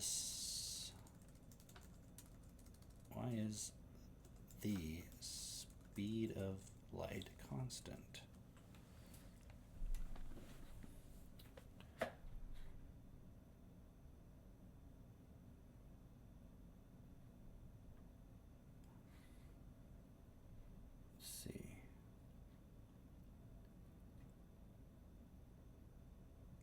Explained it in here?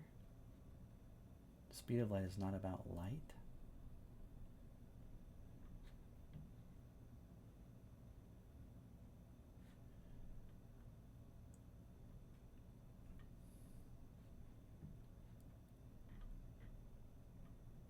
What if the speed of light is not constant?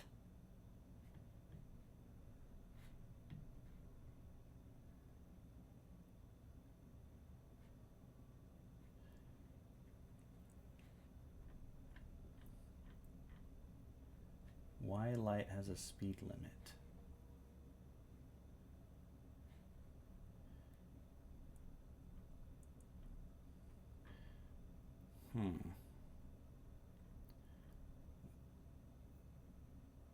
The speed of light is not a speed?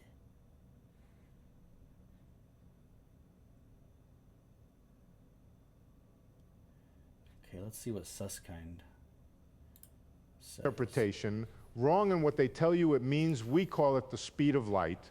We teach it as the speed of light. And we have built an entire civilization of scientific communication around the phrase, the speed of light. And that phrase, that single innocent phrase, is one of the most misleading. Okay, this kind of makes sense. Let me stop the stream and restart it. Okay, it's reconnected now, so I don't know if that changed anything for anybody. Are you guys still there in the chat? I don't, like, my power went out, so I'm just still going though. Okay, this actually seems interesting though. Maybe that's the problem, because we're thinking of light having a speed as if it's a thing that's moving with a speed, and maybe that's why it's so hard to understand why it would not change. Maybe that's the issue. So let's see what Leonard Susskind says. This is already making sense. Things in the history of science.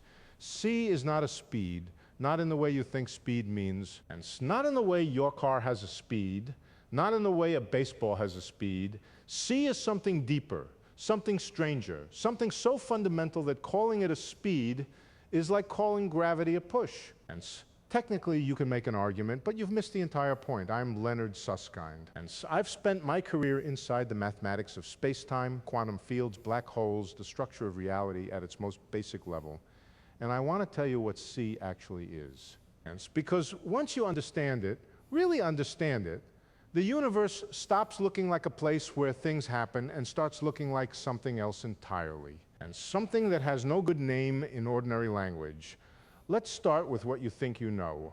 You were taught that light travels at approximately 300,000 kilometers per second in a vacuum. And you were taught that nothing can go faster than this. You were taught that Einstein discovered this limit and built his theory of relativity around it. And you probably walked away thinking, okay, the universe has a speed limit, like a cosmic highway with a maximum velocity. Light is just fast enough to hit that limit perfectly. First of all, this is AI.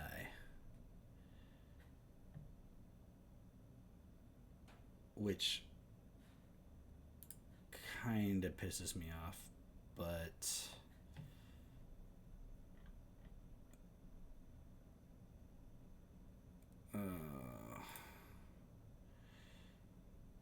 if he actually wrote these words, he likes the word hints a lot. Yeah, no kidding.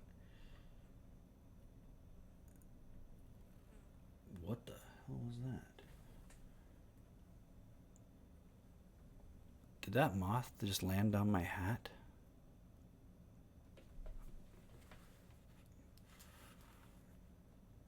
I thought it landed on my hat. I was like, where did it go?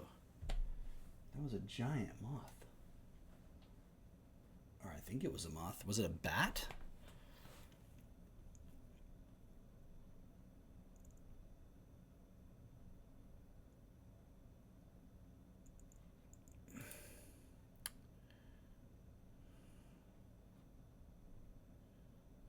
Yeah, it's just fake. That's annoying.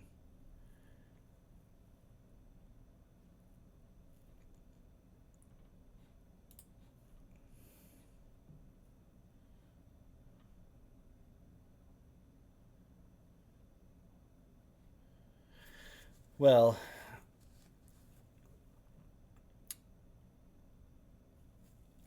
let's just see what it says regardless. Maybe it'll help us understand a little better. That story is not wrong exactly, but it is deeply, catastrophically incomplete. Here's the first thing that should disturb you. And the number 300,000 kilometers per second is not a fundamental fact about nature. It is an artifact of how we chose to measure things. And if we measured distance in miles, c would be 186,000 miles per second. If we measured distance in light years and time in years, c would be exactly 1. Just the number 1. No units, just 1. And that last one is the important one, because physicists who work in the right unit system don't think of c as a large number.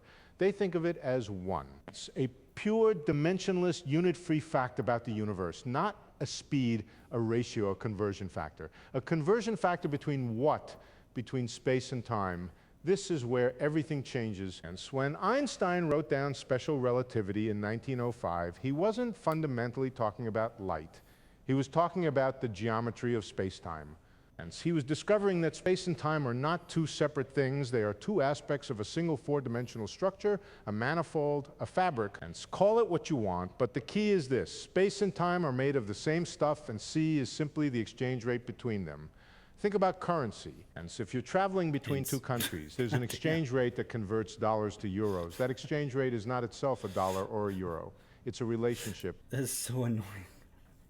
Okay, but it's already kind of like an interesting perspective. Is this another AI thing? What if I told you that light does not experience motion the way we do? This is another AI thing. When you see a beam of light, you think it's moving. This is another AI thing, isn't it? Dude, what the hell? I mean, I'm all for AI having fun and so forth, but then when you're trying to actually understand what someone actually said...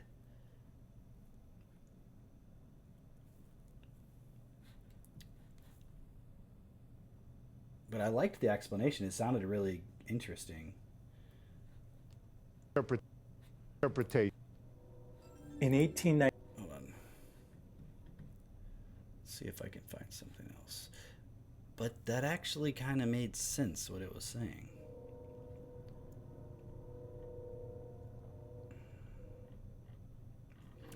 How faster than light travel breaks causality. Faster than light travel. No, faster than light speed. Okay, yeah, this is... Okay, let's see what this is. This video is sponsored by Wondrium. Stay tuned to the end to find out more. imagine, if you will, that you have a very powerful laser pointer on a clear night and you point it to the moon.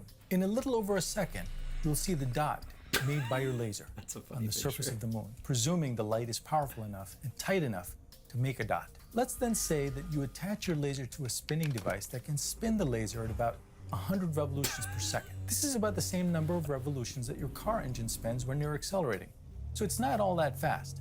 What you would find is that your laser dot is moving around the circumference of the moon at about 3 times faster than the speed of light. How is this possible? We've always been taught that nothing can move faster than the speed of light. So what's going on? Well, if we look closely at what's happening, we'll find that no photon is really moving faster than the speed of light. The dot is propagating faster than light. but it's a different set of photons that are raining down as the dot moves. The photons are coming from your laser pointer on Earth to the moon at the speed of light. But this is perpendicular to the direction of movement of the dot. The dot can move at any speed. There's no object that's actually moving with the dot. Okay. And the important feature of this faster than light laser dot is that astronauts on the moon would not be able to alter it in any way. There's no way that they would be able to use it to communicate with each other faster than light, because in order to do so, they would have to send a message to you on Earth, and then you would have to alter the laser. This process would take place at the speed of light.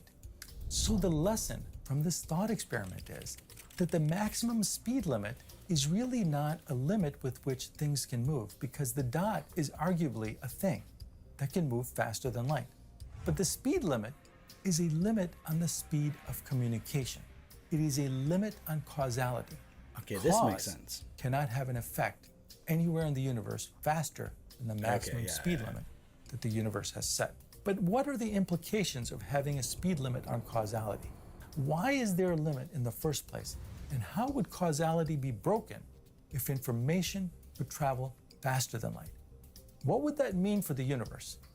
The fascinating story is coming up right now. Why is there an information limit on causality? Well, one way to look at it is that only a force can cause anything. Quantum field theory shows that all particles are disturbances in a field. Forces are manifested by the exchange of virtual particles.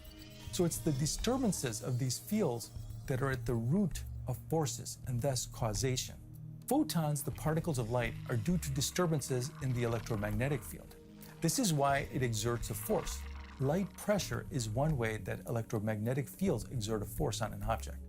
The speed of light is the speed at which the disturbance of the electromagnetic field can propagate.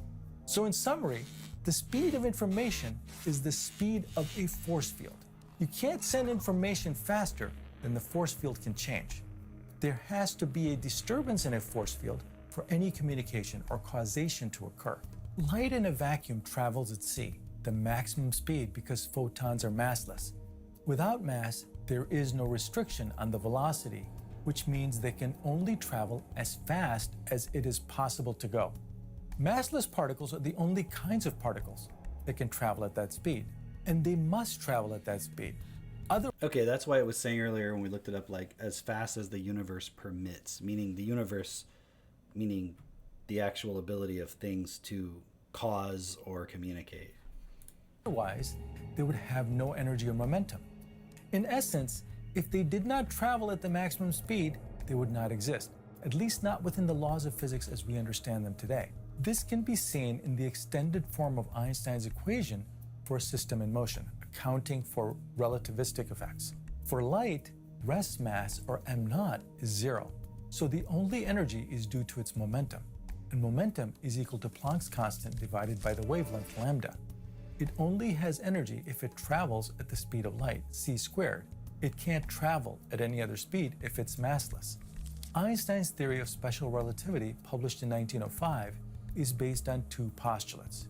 You'll notice that neither of the postulates state that nothing can travel faster than light. The first postulate is that all reference frames are equal regarding the laws of physics. In other words, there is no difference if you do physics on the moon or the Earth. Gravity is weaker on the moon, but the laws of physics there are the same as here on Earth. The second postulate states that the speed of light in a vacuum is constant, and it is independent of the relative motion of that source of light. This was the postulate that changed our paradigm and the world of physics, because it implied rejection of the Newtonian concepts of absolute time and absolute space. Time itself was shown to be relative to the observer. This was a shocking shift in perspective at the time.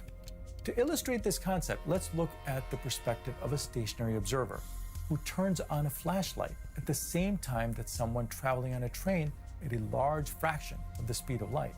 He would witness the speed of light from his flashlight as being the same speed as the light from the flashlight on the fast-moving train. The only way this can happen is if time within the reference frame of the train is slower relative to otherwise the other guy would see it going slower, but if time is slowing down, he would see it going the same speed. and he would have to see time slowing down also for the other person, I guess? Our stationary observer. But the laws of physics remain the same for everyone in every rest frame. So, from the perspective of the person on the train, the speed of light is also c. And from his perspective, he is stationary, and the rest of the world is moving around the train. This second postulate presumes a finite speed of light. But let's imagine for a moment that the speed of light is not finite. It is infinite. This would mean that we have to throw out special relativity altogether. What would this mean for us in the universe? The speed of light, that is the speed of propagation of electromagnetic waves, is not important. What is important is the maximum speed that the universe allows for causality. This maximum speed just happens to also be the speed of light. But if this maximum speed was infinite, implying that the speed of light is infinite, well, this would have some absurd implications. For one thing, if the speed of light is infinite, then using the same equation, E equals mc squared, it would require an infinite amount of energy to accumulate any mass in the universe. So no massive particles could form. The other problem that is sometimes missed is that if the speed of light were infinite, we would not have light at all. Why? Let's look at how the speed of light is derived from Maxwell's equations. C equals 1 over the square root of the permittivity and permeability of free space. Permittivity is the resistance of free space to the formation of electric fields. And permeability is the formation of a magnetic field by an electric current.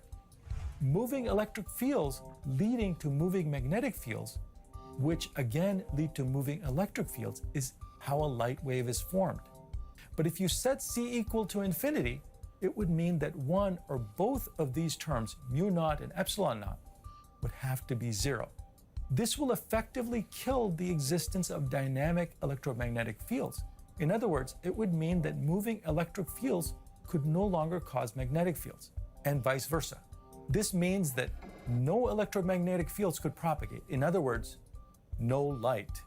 So when we talk about signals propagating infinitely fast, it's not clear what signals we would be talking about. Since electromagnetic signals could not form, this means we could not send radio wave signals, microwave signals, or any other light signals.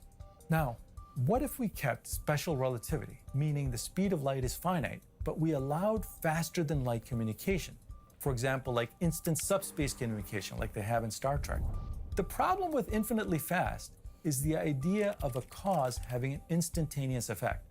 The problem is that in special relativity, it's not clear what instantaneous means. One of the results of relativity is what's happening right now depends on how fast and in which direction you're moving. There's no absolute now. The now depends on the reference frame.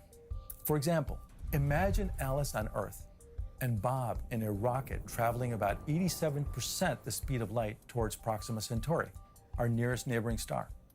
Let's look at their world lines on a simple graph, where the horizontal axis represents the movement in one of the 3 spatial dimensions, and the vertical axis represents time.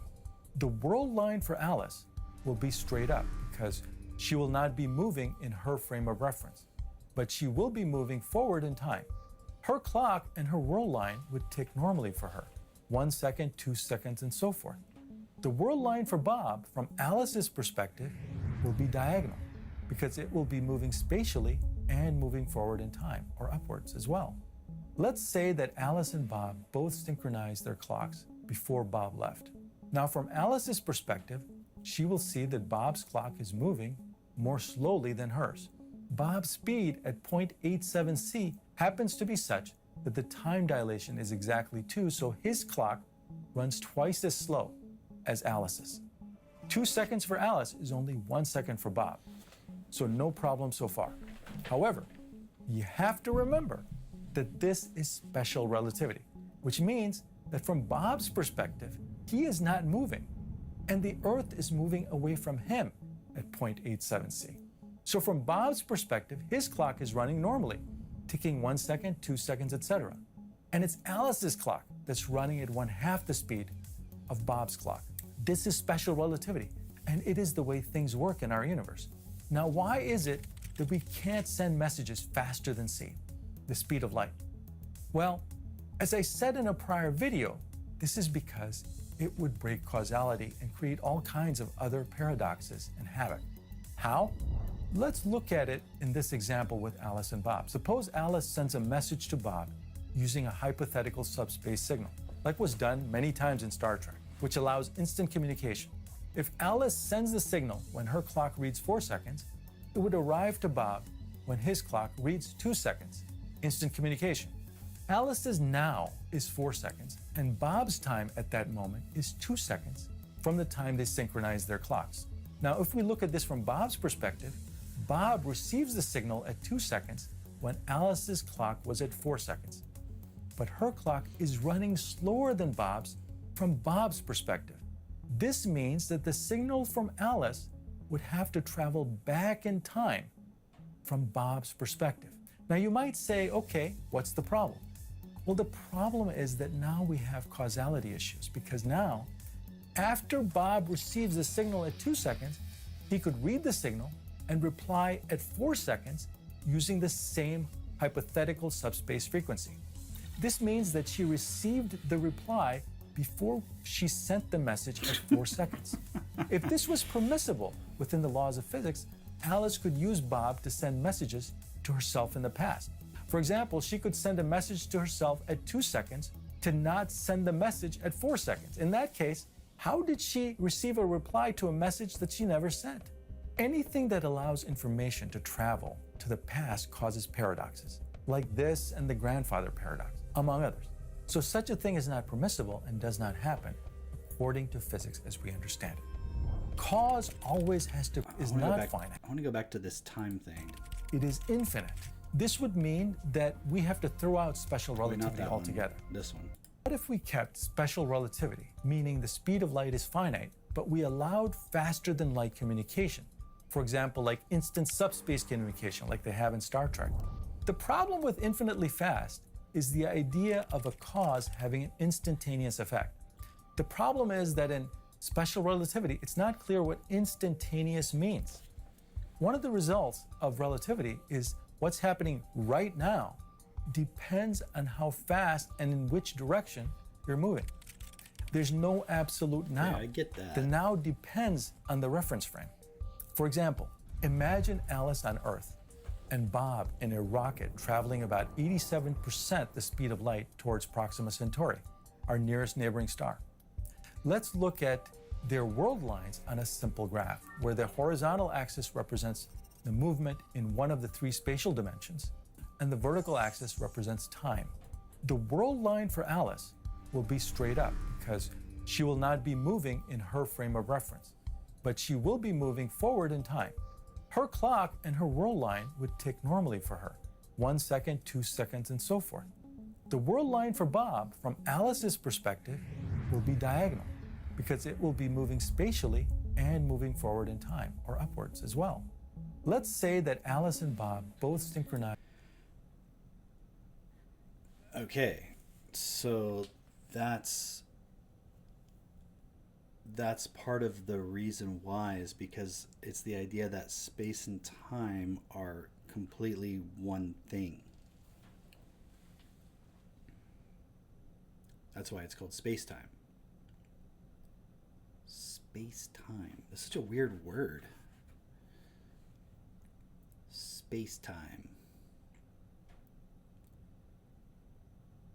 I mean, I get the graph. I understand the angles and so forth. The thing that's weird about it is you have to consider that space and time is not 2 separate things independent of each other. It's like one thing. Man, that's so weird. Their clocks before Bob left. Now, from Alice's perspective, she will see that Bob's clock is moving more slowly than hers. Bob's speed at 0.87 c happens to be such that the time dilation is exactly 2, so his clock runs twice as slow. Yeah, I mean, I get all that now. I just had to look at this again. It's this point here with the CT versus X. That's the thing. It's space-time. That's why it's weird. Okay, let me go back to where he was saying... Warp drives. Okay, I gotta look at this real quick too. If you wanted to meet a friend at any possible location on Earth, you would need to give them a precise longitude, latitude, and altitude. Would this be enough information for two people to meet? Well, if you showed up at that location, there's no guarantee that you would meet your friend. Why?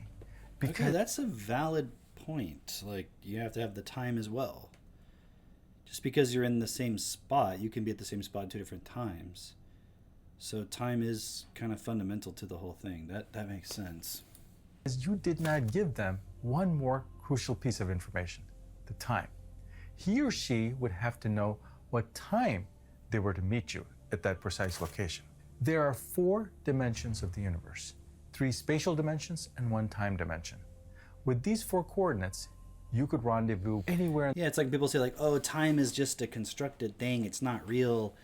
I get why people would say that, but at the same time, if it's a constructed thing, then you wouldn't be able to function, because it means something if you say, go stand at this spot and I'll stand at that spot as well and we'll see each other. If you're not doing it at the same time, then it's not going to happen. So you can't just say,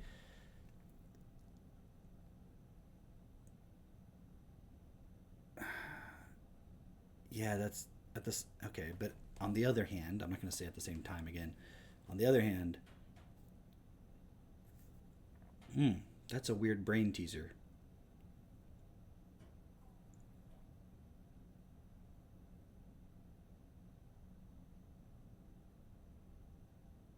Yeah, I'm just thinking about it. Like,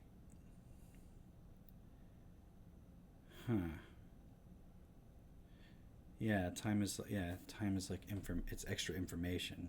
Yeah. In the universe. In fact, these 4 dimensions can describe any event in the universe.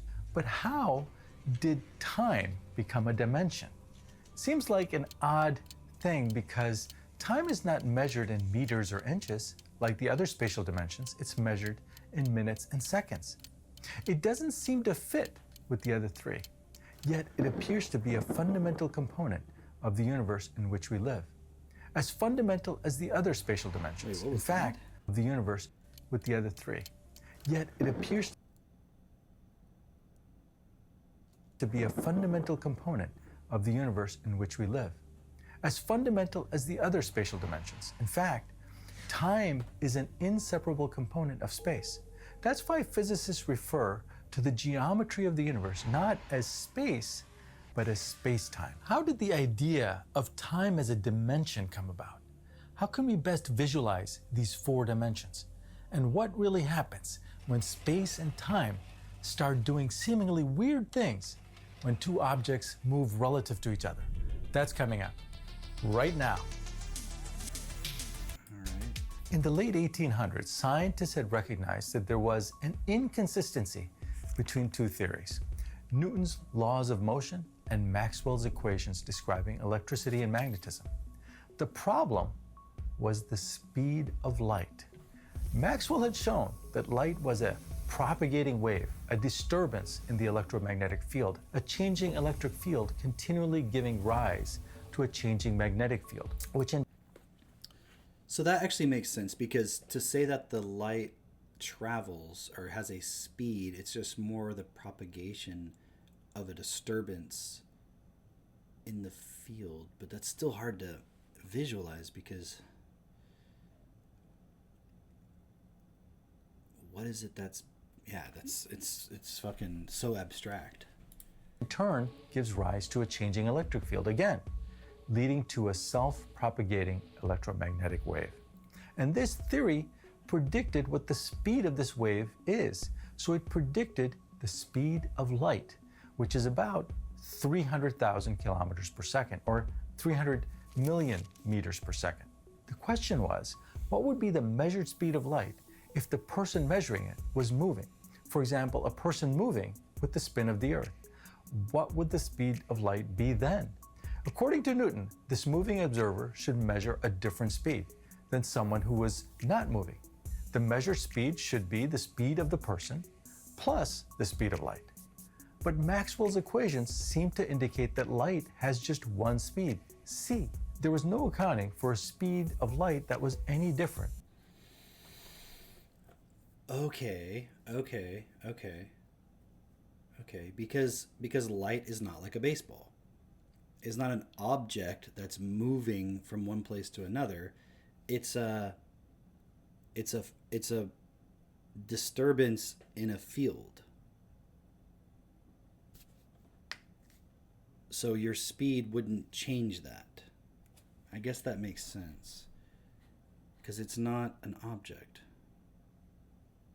Okay, no, I think intuitively that makes sense. Like it's an effect that's being produced by an alternating electric and magnetic disturbance, I guess. Than what the equations predicted. Almost every scientist at the time, including Maxwell himself, presumed that Newton was correct and that Maxwell's equation. Well, before I go too much further, okay, so we're just trying to, I say we, meaning me, trying to wrap our heads around just some of these concepts, because this is like the foundation of physics since like, you know, the early 1900s. And I'm really interested in it because now I'm listening to some of these people who are more like modern, you know, current contemporary physicists. And they're basically like, yeah, space-time's not even actually fundamental to reality. And I'm like, dude, what? Like, space-time itself is not even fundamental. It's produced. And also, space-time sort of contradicts quantum mechanics as well. So we haven't really gotten into that contradiction yet, because we talked about quantum mechanics the other night. Now we're doing a little bit of just relativity, and it's like we're probably not going to grasp it completely because there's so much math that's behind it, and we're not doing all of that. But at least we're just trying to get the intuitive understanding of it, so that way we can get to the point of understanding why is there some kind of clash between quantum mechanics and relativity theory. And even though they're both observed, the theories predict things that can be observed, which verifies that there's some validity to both of them. They have inherent contradictions with each other, and we'll get to that eventually. Not tonight, but eventually. Equations were incomplete and needed to be modified. In 1887, two American scientists by the name of Michelson and Morley devised a highly sensitive experiment that could measure the speed of light in the direction of motion of the Earth. So the expectation was that the speed would be measured to be c plus the speed of rotation of the Earth. What they found shocked scientists of the time because it was totally unexpected. They found that the speed of light does not vary one iota due to the motion of the Earth. This is one of the most consequential experiments of the last 200 years. A resolution of this unexpected result remained a mystery for over a decade. Henri Poincaré came close to solving it, but it was not until Albert Einstein came along and proposed a pretty radical idea at the time that we got a full resolution. Einstein suggested that it was not Maxwell's equations that needed to be changed, but Newton's near sacred laws of motion. He determined that the speed of light does not change in any reference frame, and worked out the crazy implications of this idea. Einstein showed that observers moving at different speeds will disagree about the distance and time between two events. In other words, they will experience space and time differently. This is the meaning of the relative in relativity theory. It means that measurements of space and time. Okay. I mean, that example kind of makes sense too. Like the lightning striking, he sees it happening at the same time, but this guy's moving towards this one. So why would he see it first? Time are relative to the person measuring them. But the key to understanding this theory is that some things don't change, namely the laws of physics and the speed of light remain the same for everyone. There is one very important idea that came out of Einstein's theory that Einstein himself did not come up with. It came from German mathematician Hermann Minkowski, who was Einstein's former professor. He was astonished by his former student's theory and thought about it deeply and realized that relativity is really a theory about the geometrical relationship between space and time. He famously said in 1908, "Henceforth, space by itself and time by itself are doomed to fade away into mere shadows, and only a kind of union of the two will preserve an independent reality." This union between space and time is what he called space-time. So we say there are 4 dimensions to specify an event in the universe: 3 dimensions of space and 1 dimension of time. The problem is, how the heck do you visualize these 4 dimensions? That's not easy for our 3-dimensional brains to do. So to make it a little more visually intuitive, we simplify it to 3 dimensions: 2 spatial dimensions and 1 time dimension. So we eliminate one of the spatial dimensions for simplicity.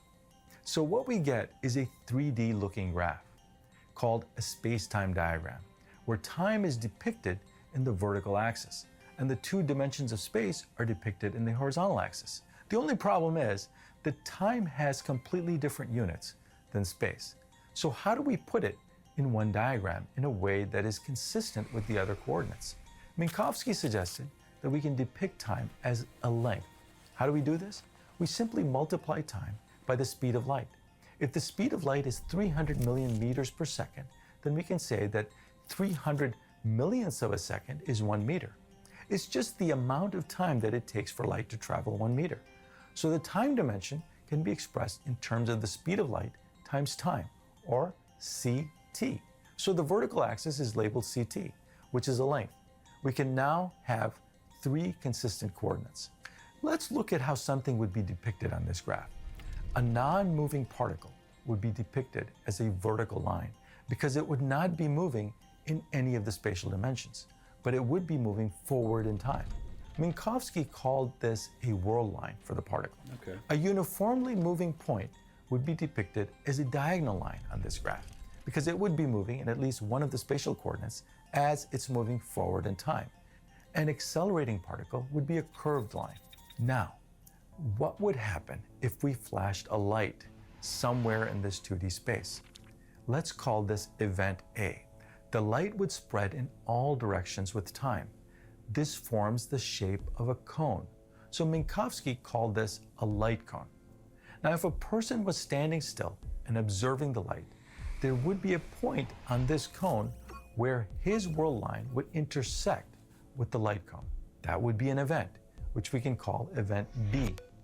So the light cone really represents all the future events in space-time that the light reaches from its initial event A.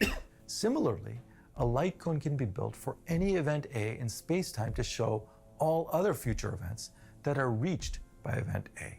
In diagrams like this, you'll sometimes see an upside-down cone.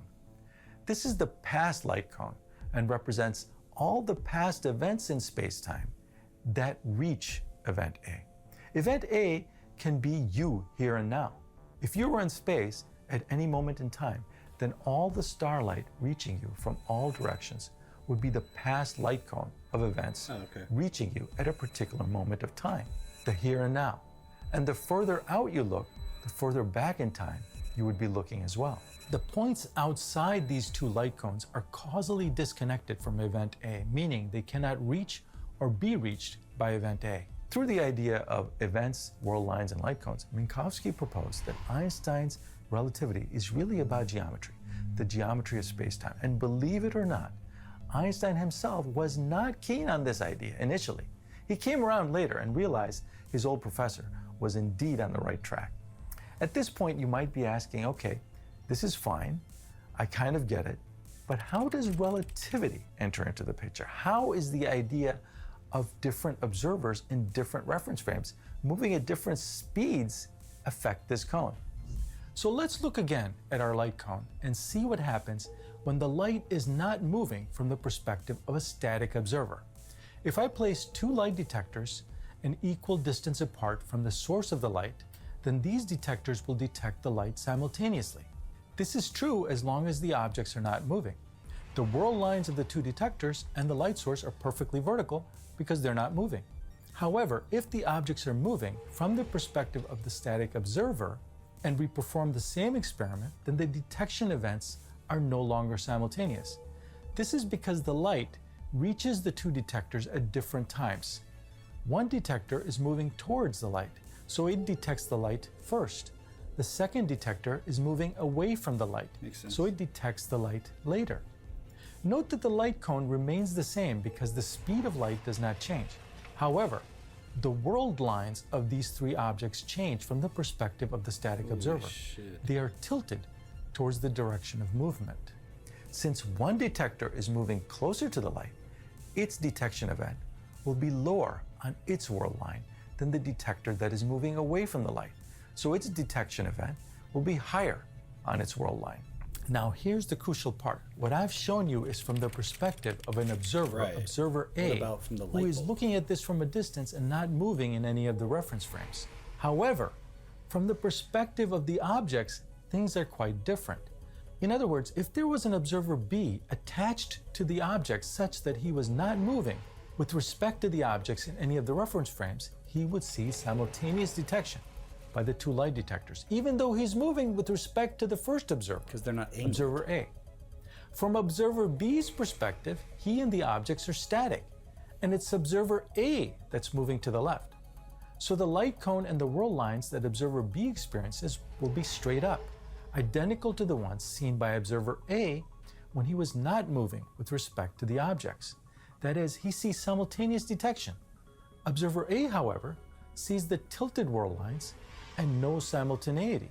So here's the seeming paradox. How can observer A and observer B experience the same event in the same space-time but have two completely different conclusions? That is, how is it that observer A sees no simultaneity but observer B sees simultaneity? Who is right? Well, they're both right. If observer A is a physicist, he'll explain that from his perspective, observer B's light cone was tilted such that he experienced simultaneity. Observer B, on the other hand, also being a physicist, will say that the reason observer A did not see simultaneity is because his light cone was tilted such that the two detection events happened at different times. Neither is incorrect. So what this shows is that simultaneity is relative. It is relative to the observer. There is no absolute simultaneity in the universe. But each observer sees and experiences exactly the same space-time. The events are the same. So things can be relative, but they're all part of one space-time. These observers divide space and time in different ways depending on their frame of reference. But ultimately, it is one universe.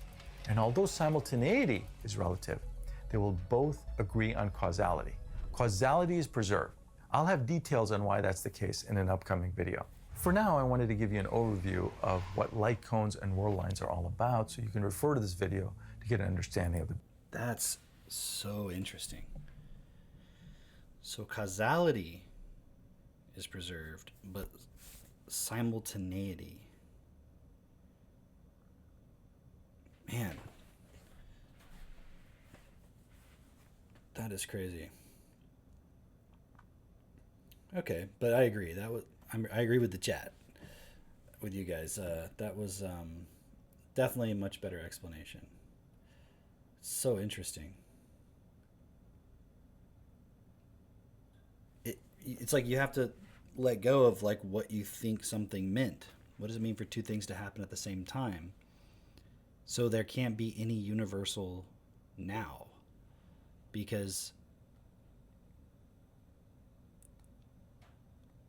you're saying that these two events both happen now, and someone else says, no, that event happened now, and the other one event happened later. So how can there be a now if you're seeing two things happen at the same time, someone else is seeing them happen at a different time? And also, we probably don't even notice this happening because we're all basically moving the same speed, and even someone who's running or traveling very fast, it's such a minute difference you can't even notice it. We haven't even gotten into like all of the observer and all that stuff with quantum mechanics much yet. Okay, but this is pretty cool. I don't know if there's anything else that we're going to look at with the relativity stuff. I think we're kind of getting a little intuitive idea about it. All right. I'll figure out what we're going to talk about tomorrow. Oh man, yeah, this is probably what we'll do tomorrow. This video is sponsored. This stream is called the Arvin Ash stream.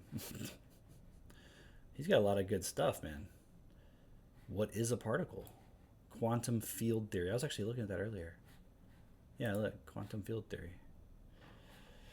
Okay. It's going to take a while, guys, but we're going to get there. We're going to get to why space-time doesn't exist, but not yet. That will be for another time. All right. I'll see you guys tomorrow night, same time. Or will it be the same time? For me, it'll be 8:30 p.m. Central. I don't know when 8:30 p.m. Central will be for you. It just depends how fast you're moving, I suppose. But for me, it'll be 8:30 p.m. And causality will be conserved. Therefore, you won't know what I'm talking about until I talk about it. And I'll see you in the light cone. Yes. Okay. All right. I think we've had enough. See you guys tomorrow night. Bye.